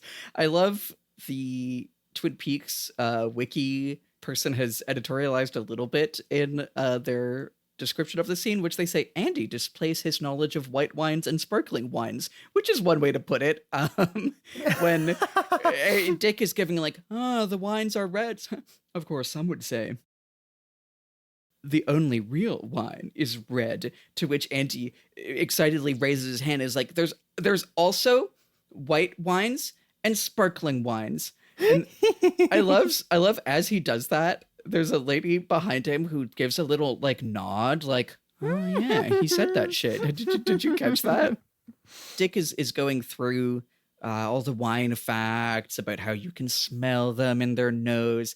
And we have a bit of a Lucy and Lana showdown. There's really two types of femmes, Lucy in her gorgeous patterned sweater and Lana in her decadent blue dress. And every time Lana knows something about it, Lucy's like, ugh. I do love Lucy's like, Lucy bitterly banana after Lana knows about what banana. Oh no, wait, that's actually later on. Well, actually, let's combine these. Sure. Because they're do. Okay, so I'll just say I'll just take that again. Yeah, I love Lucy bitterly like, oh, banana, after Lana knows that, oh, this wine has a bit of a taste of banana. I think Andy says like, oh, it tastes woody, and he's like, nice try, Andy, dummy. We get like, yeah, it's just some like Dick keeps smelling the wine and getting his nose bandage from his weasel injury progressively more and more red and wined up and purple, which is very funny. I love it because it's like he's so much less classy than he sees himself, right? Yeah, totally. It's a great little encapsulation of that. Just some great swishing sound effects as he's like, and now let's all taste it and swish it around. And Lucy has had enough with him and spits wine on him. Yeah, good for her. Look, Andy's gonna win this war, you know? So true. Andy is pure of heart. Yeah, this sure is just a like, we're getting the, I don't know, what would Dick Tremayne be like? Fancy wine. Andy wouldn't know about it, but I like the characters enough that it does work for me. I am just like, yeah, get his ass. Yeah. You know? Get his ass, totally. Lucy is the most beautiful woman I've ever seen in my life. Yeah. Oh my God. Yeah, she's perfect. Wow. My girl. Yeah. Okay. Shall we now go to the diner? Yeah, okay, so this scene starts with Gordon, quietest we've ever heard him, telling a story over, I don't know, coffee to Shelly. They're sitting, and he's like very cutely relaying a story about his time with the Bureau, in which it did not escape me. He is describing shooting someone to death. Yeah. Very cutesily. Yeah. But they have a real chemistry. I think the show has willed this into existence because Gordon really likes Shelly.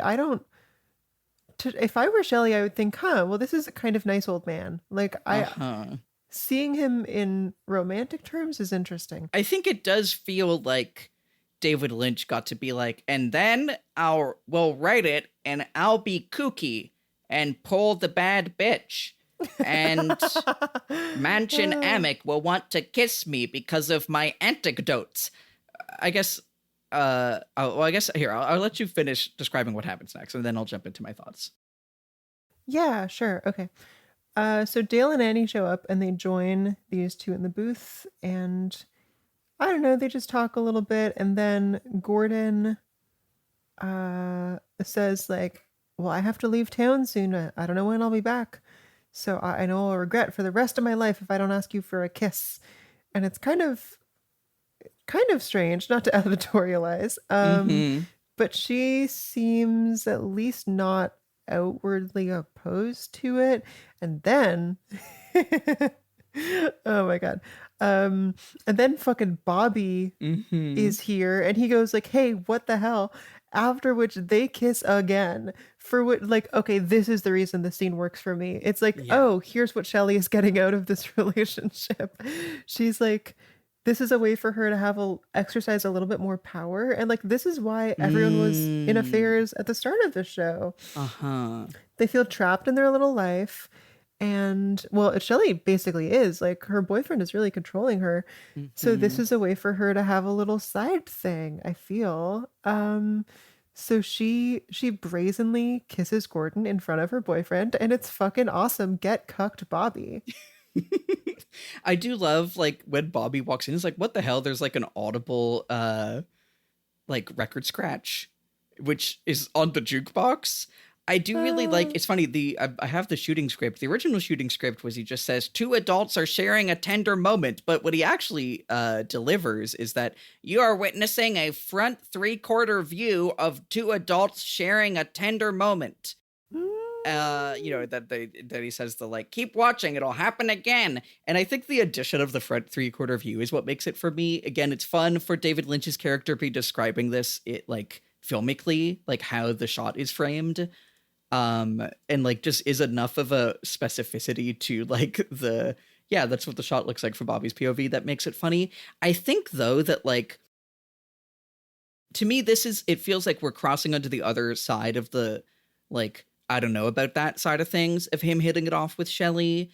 I think him opening with like, yeah, and this guy had killed a young girl and then I shot him, and how much it is like, as the creator of this show, and now I'm going to write myself in kissing Manchin Amick, like, we're in another one of these moments that we had back earlier in the show so much, where like, I feel like we're now seeing a bit of a darker side, or like a ever so slightly more iffy like version of this. And I don't know if the show agrees with that in the way that I think it like definitely agreed with, you know, for instance, the judge with the young girlfriend. Like, it felt like the show wasn't admitting up front that it knew that that was bad, but then the way that they were excusing Leland and everything, to me, everything I was saying earlier about the like undercurrent of self-criticism, I don't know if that's happening here, but either way, it does feel more, ever so slightly more gross, I guess. And it's still like, I do still like the get cucked Bobby. I do like the front 3/4 view,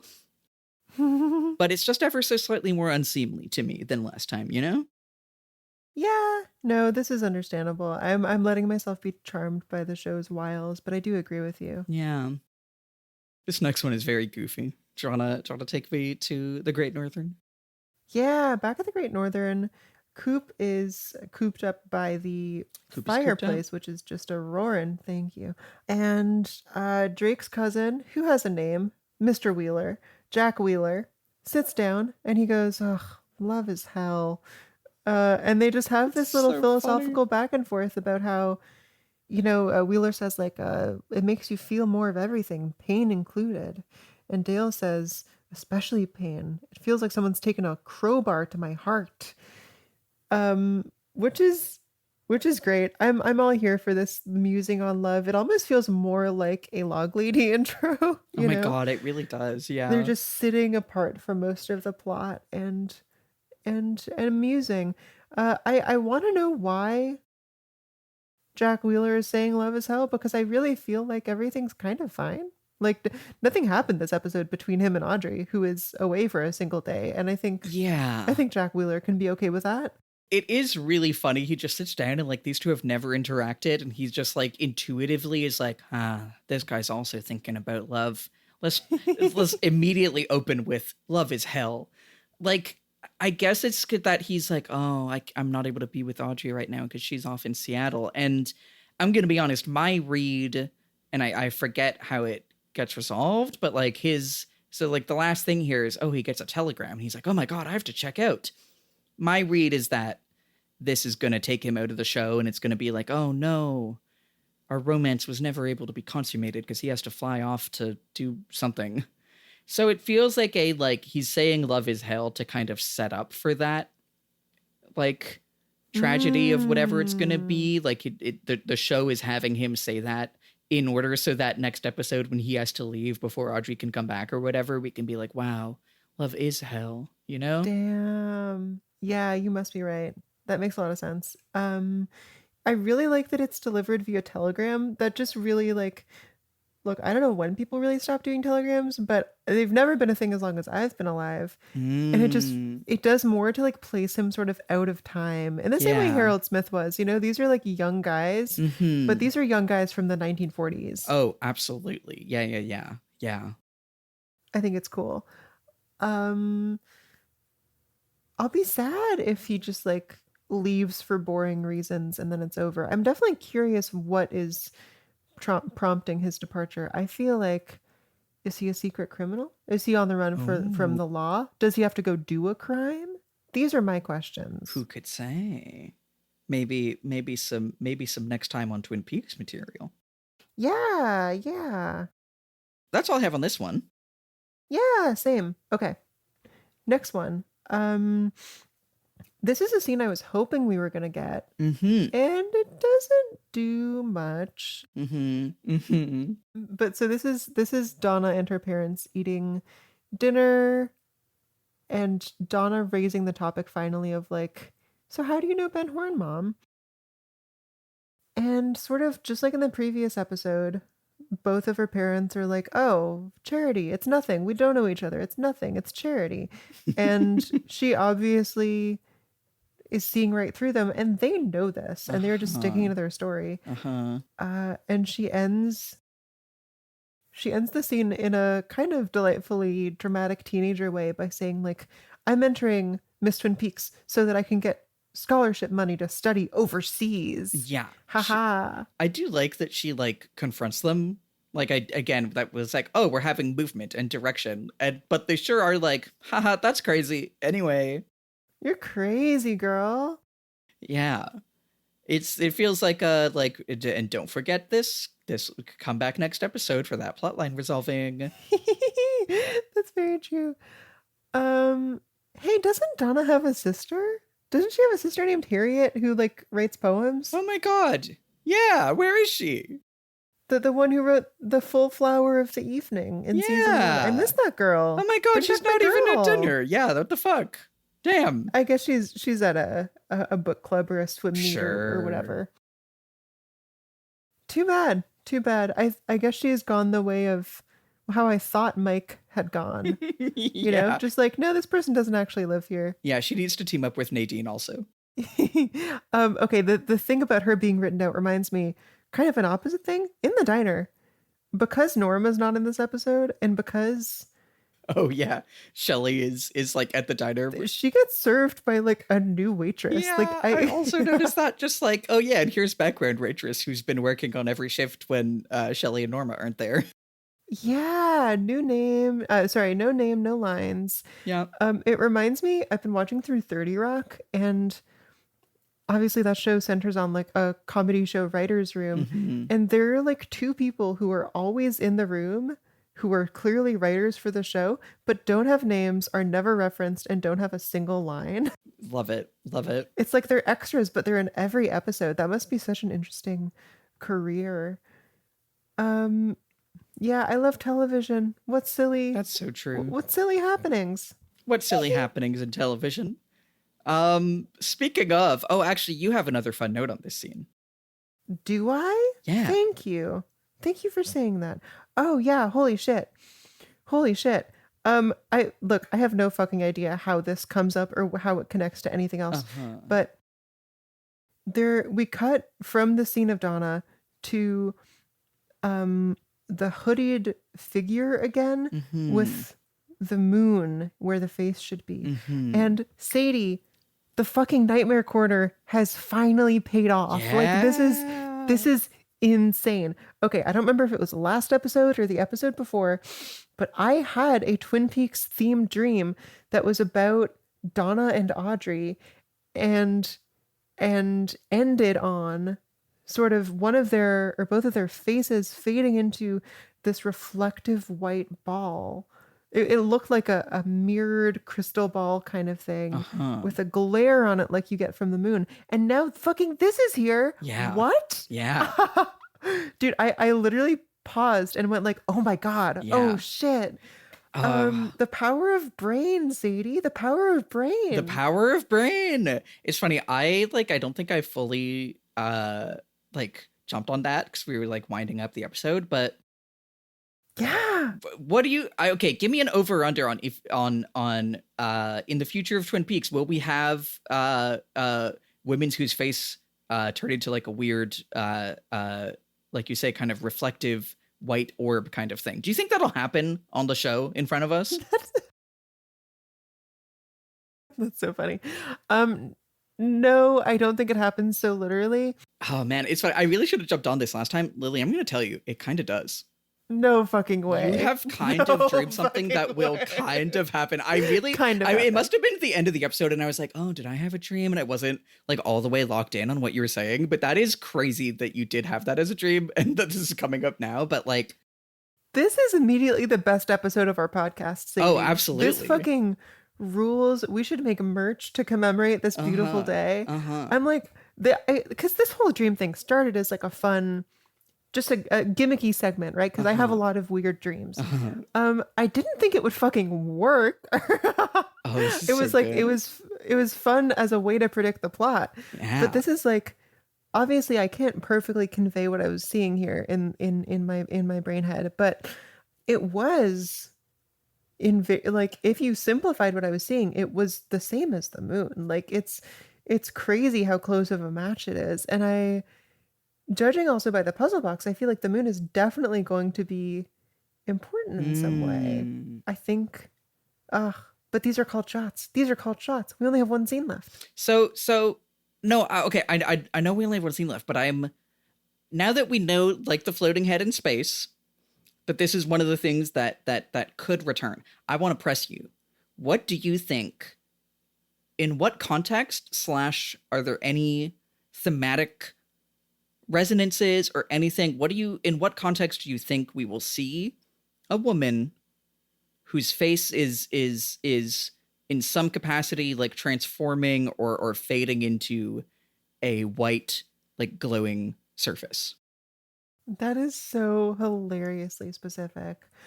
How the fuck do I know? Okay, let me try. Well, thinking about the moon, and you did say white glowing surface, which is not exactly the thing, but thinking about the moon in particular, it is a world connected to but apart from ours, with an enormous gap in between it and ours, and it's like a lot of effort to reach. I could see the moon being connected to the White Lodge in some way, essentially. Especially given that Garland Briggs like does all this space stuff, and he also He also appears as floating head in space. He also has a bald head, which resembles the moon. Like, what do you think it means for someone's face to be like replaced by something like that? Okay, this is tricky without leaning on something that I've gotten sort of spoiled on. Like, I haven't gotten spoiled on this in particular, but like I'm leading myself in a direction that sort of relies on me knowing, in a way, how season 2 ends. I guess I could see it being like a character who lives in or travels to or is trapped inside the White Lodge. Mm-hmm. Who would it be? Well, to be honest with you, I'm sort of toying with the idea that it would be Laura. Okay. Especially given that the moon appeared in this hooded figure who I earlier said might be Laura. Yeah. So I guess, like, you know, what if I'm gonna be so fucking psyched that this is right, by the way. What if some aspect of her still like lives there, you know? Because I know that Shelly is in more of the show. Yeah, I think if anything, that's my called shot. Like maybe it's Laura Palmer's soul, you know, reaching out from the beyond. Yeah. Do you have any other thoughts on like what it could mean? What's the like? What is she like? Her head turns into the moon. Her face turns into some kind of void surface orb. What do you like? How do you think it lands? What's the like emotions around that? What is it a clue to us? I'm just squeezing everything out of you that I can on this because this is so exciting. Well, you know what? I think of weird pull, but have you seen that Black Mirror episode USS Callister? I don't think so. It's the one that is set within like an online role-playing game. What a boomer way to put it. It's set in an MMO that is basically Star Trek. No, I definitely have not. Okay. Well, basically there's a point where like the sort of programmer god of this universe takes a woman's mouth away. Whoa. And decides that, like, you know, she can't breathe, but she also won't die. And that was just like a really visceral and terrifying thing for me. This is like one of the 2 good Black Mirror episodes. Sorry, also because that's just I have no mouth, but I must scream. They already did that one. Come on, Black Mirror. Okay, yes, but the bad guy is Jesse Plemons, and oh my God, the lady is Kristen Milioti, who are like 2 of the best actors. Sure. Anyway, so like it sort of reminds me of that, like the idea of taking someone's mouth away. And yes, I could have made the more prestigious literary reference, but I haven't read that. That's just very visceral and scary. Like it makes me think this is sort of turning a woman into an object, an inanimate object, a sexual object, whatever it's going to be. I know that obviously if like you don't have a face, you also don't have eyes or whatever, but the mouth is the thing that's hitting most immediately for me. You're not able to reach out to others. You're not able to ask for help. I don't know, man. I'm so curious when or if, but I mean really when this will happen. It'll this just like doesn't happen and you're just fucking with me. Just fucking with you. That would be crazy. No, I mean, it'll be, honestly, I'm thinking it'll be in not soon, but not crazy long, which is, man, it's very fun. I feel like as we've really been in a like Twin Peaks season 2 mode of podcast where we're just like, haha. Well, and like, you know, I think analyzing it for what it is, but I think we've really been wound down on like, where do we think this is going? What are the clues that we're seeing? Because it hasn't really felt like the show has necessarily known where it's going. Like I've been pushing you a lot less on like, now what do you think about that? And we've more just been like enjoying the silliness and critiquing what doesn't work and what does. We've been a lot more analytical and a lot less like playground, like detective-y. Playground. Yeah, playground. You know, but I feel like as we're gearing up for the end of season 2, it feels like we are also gearing up to start really picking at the meat again as more meat is getting prepared. This is fun. I love to pick the meat. That's so true. Okay, if you are a supporter at tsdv.show, don't listen to the next 30 seconds because you're on the ad-free feed, so you're not allowed to hear this. Well, folks, if you're so excited to get to the end of season 2 with us, you know where you can hear every episode a full 2 weeks early? 2 weeks early. That's pretty good. Every time an episode comes out, there's another one on the premium feed, and you can go hear it. You can go listen to it right now. We could be done season 2 so much faster. You're so good at promo, Lily. Thank you. It's because I really want us to have enough money to get all these episodes edited. Exactly. Anyway, I guess there's one more scene. Yeah, there's one more scene. It's kind of dumb. The fuck is you know how we put that guy in a chess piece and then he shot him? Now we find the giant chess piece and he's in it. We do get this hooded figure owl interlude. We get this whole thing again. Coop once again being like, I was able to follow his twisted logic, but now I'm afraid that he's truly some kind of jonker. He merely condescends to logic and we're at the whims of his terrifying caprice. He must be so twisted. Just every scene. I need him so bad. Every scene of Dale, on the case of Earle, is just him turning to whichever cop is next to him and going, he's so fucking twisted. You don't even know. I need him so bad. Anyway, he's in a big box. He ties a rock to rope. He shoots rock. It opens box, and then the guy's in it. Shoots rock. With a little calligraphy that says, next time it will be someone you know. Oh, mon Dieu. Oh, mon Dieu. Gorgeously calligraphed, by the way. Like, the font on this is gorgeous. Yeah. That's my main takeaway. Oh, also, that they killed the guy and then painted the chess piece. That's great. Yeah, I don't know. In and out. Windom Earle's on his bullshit. I like big chess piece. Sure. I had a prediction a couple episodes back about big chessboard. Yeah. So in a way, something happened. Okay, I do have a thought though about the whole chess thing. Please. Notably, a lot of pawns in the game of chess. So I'm not up on my like algebraic chess notation or whatever, but just putting a pawn, does that necessarily say what the move is? Like, I feel like there are a lot of pawns. Maybe there's only one that can be captured. I'm out of my depth here. I don't know. Just food for thought.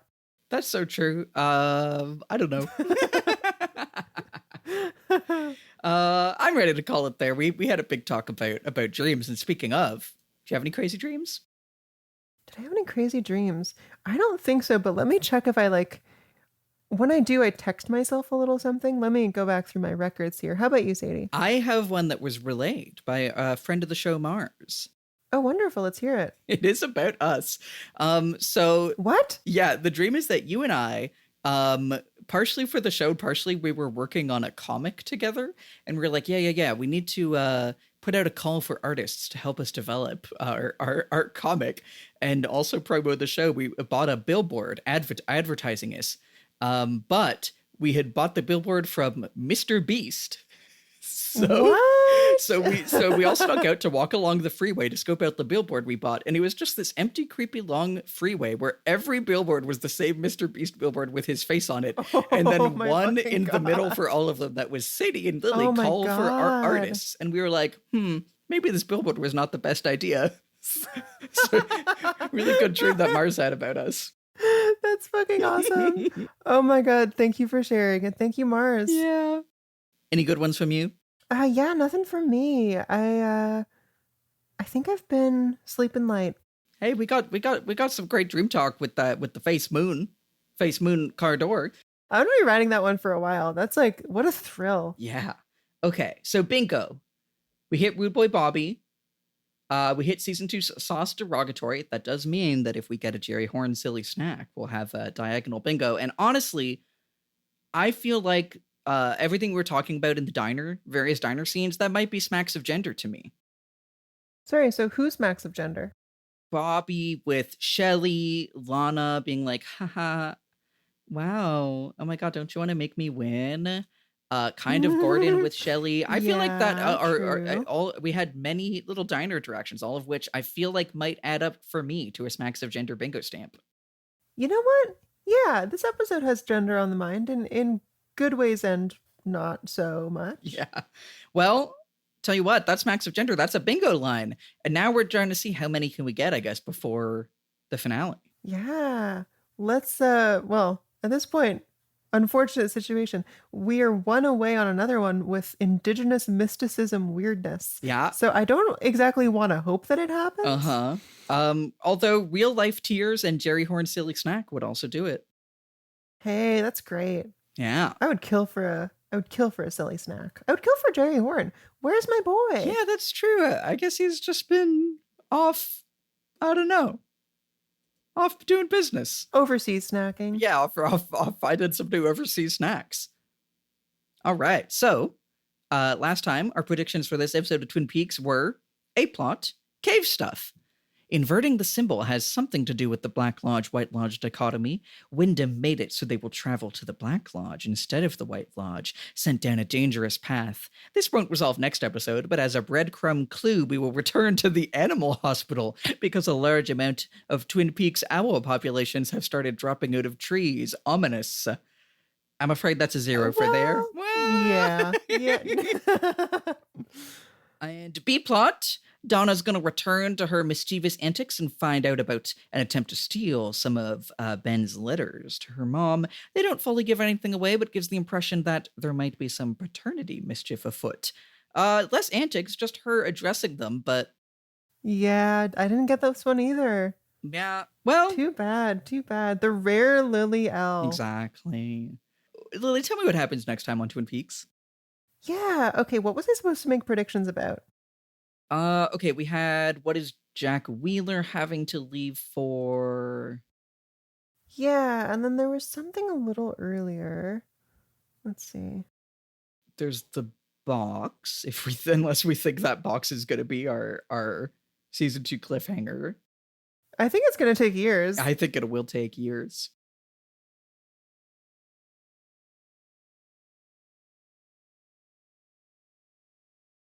There was just something that I really felt strongly like, okay, let's call a shot. And we will only realize this listening back and being like, oh, damn it. You know what? This wasn't it, but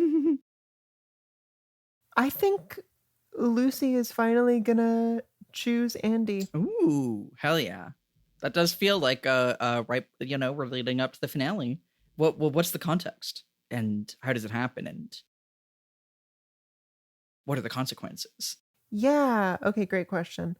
The three of them, Dick, Lucy, and Andy, are all practicing making baby food in a food processor. Okay, word. And okay, yeah, no, this is definitely real. Lucy tastes some and spits it out because she thinks it's gross, and so a little speck of it gets on Dick's pants. And she goes, oh no, I'm sorry about your pants. And Dick is, first of all, offended by the spitting. Second of all, offended that, oh my God, you called them pants. These are my trousers. These are at worst my slacks. And so he's very offended for pretentious fashion reasons and storms off. And she just decides, I've had enough of this. I have a perfectly nice guy right here.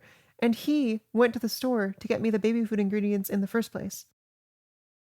Because we know she likes an act of service, Okay, hold on, let me copy all this down. Oh my God, you've been typing this whole thing. I just gave you a fucking paragraph. So here's what, okay. So that's our, A plot? Good question. Realistically, that's the B plot. Okay. I mean, and I say realistic because it will happen. This is the kind of show that obviously has like 10 million A and B plots. So we could just say that's like, if we want to do that and whatever Jack's up to and just let Dale do Dale, we can just do that also. Yeah, I really don't have a sense of clear momentum from Dale right now. Like something he's going to keep investigating. What do you think's up with Jack Wheeler? Yeah, okay. What is he rich from again? Doesn't he like buy businesses and then tell them how to turn it around and then sell them? Oh, yeah, which is like actually companies that do that just lay people off. Okay, so yeah, so he works for Deloitte and he has to go lay off some single parents.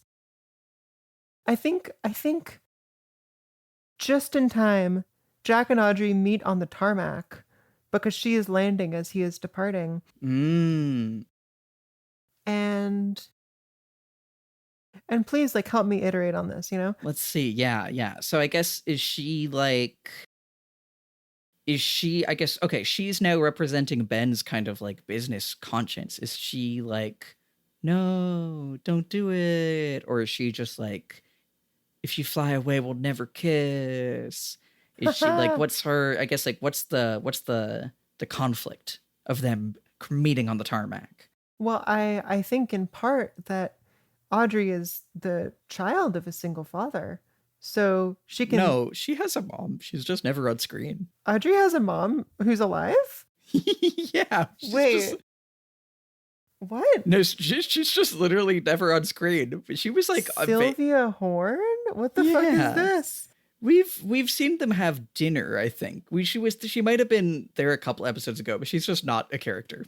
That's so funny. Girl, I have no fucking idea. Yeah, well, let's just say that, you know, Audrey has a big heart and doesn't approve of this. And so he really has to go. The plane is it's starting to, you know, take off. It's a tiny little biplane. And they try to kiss as it's taking off, but they just miss. Damn. And then they never see each other again. Damn. All right, so next time on Twin Peaks, Lucy is finally going to choose Andy. Dick, Lucy, and Andy are practicing making baby food in a food processor. Lucy tastes it and spits it out because it's gross and gets it on Dick's pants. Dick is so offended by spitting, and because he's like, these are not pants, these are my trousers, at worst my slacks, he storms off, and Lucy's like, I've had enough of this guy. I got a guy right here, and he went to the store to get baby food ingredients in the first place. And it's Lucy and Andy forever. Yeah. Meanwhile, Jack Wheeler has to go lay off some single parents. Just in time, Jack and Audrey meet on the tarmac, her landing as he's departing, and Audrey doesn't approve.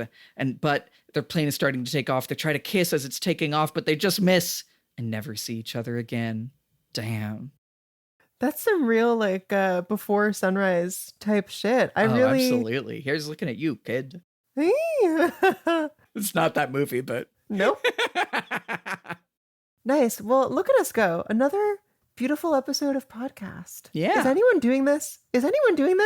No. No, we're the only podcasters. Thank you so much for inviting me again into this weird, wild, and wonderful, wacky world. Exactly. Washington world? Wacky Washington world. I can't wait. It feels like we're gearing up. We're really going to get there. I'm very excited. Holy shit, yeah. Hype. Yeah. Bye. Bye.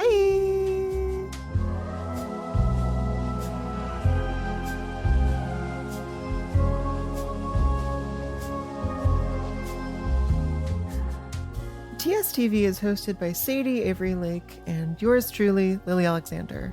Our music is by Jamie Page, the show art is by Maya Fernandez-Giles, and this episode was edited by me. If you have any burning questions or comments, we would love to hear from you. Please send us an email at hello@tstv.show, and we may respond in a future episode. Thanks for listening.